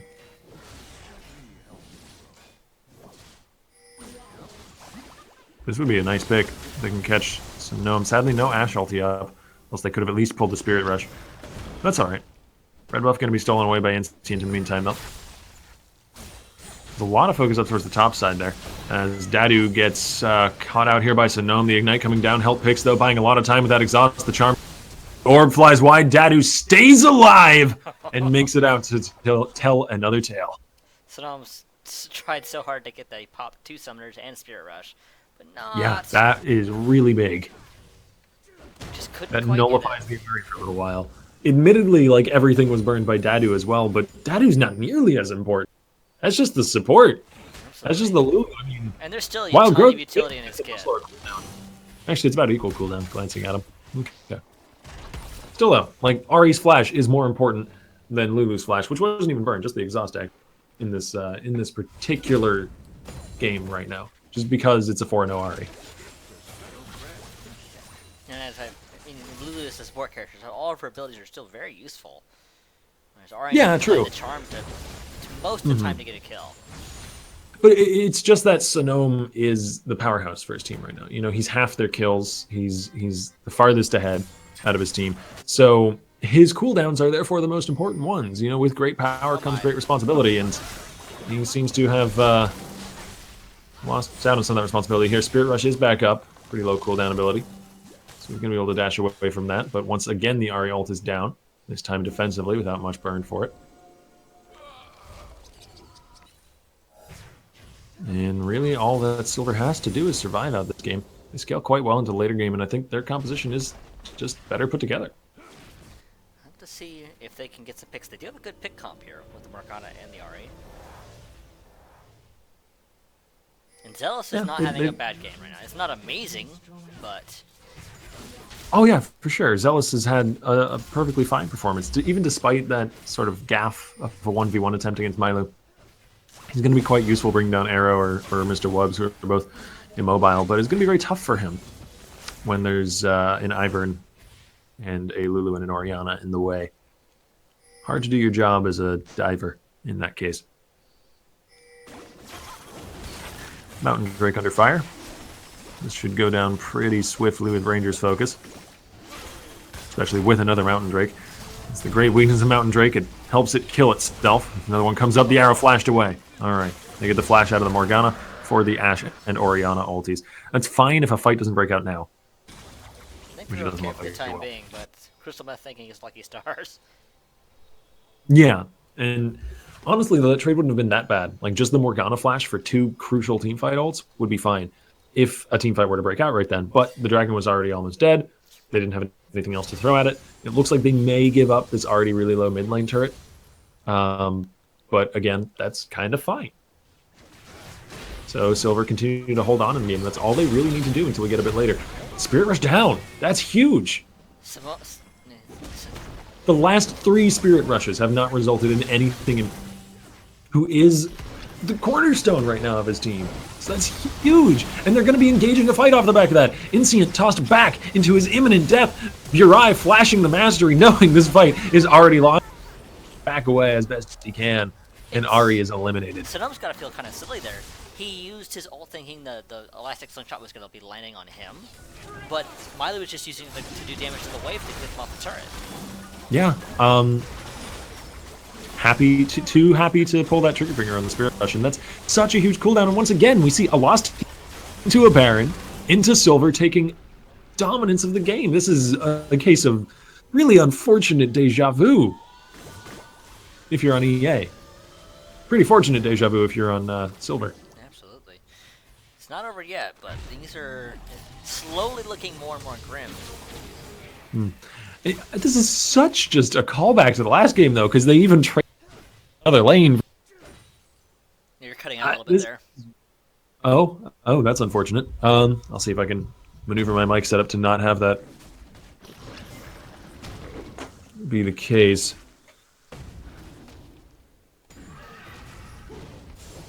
Am I coming through loud and clear now? You hear me? 10-4? I think so, yeah.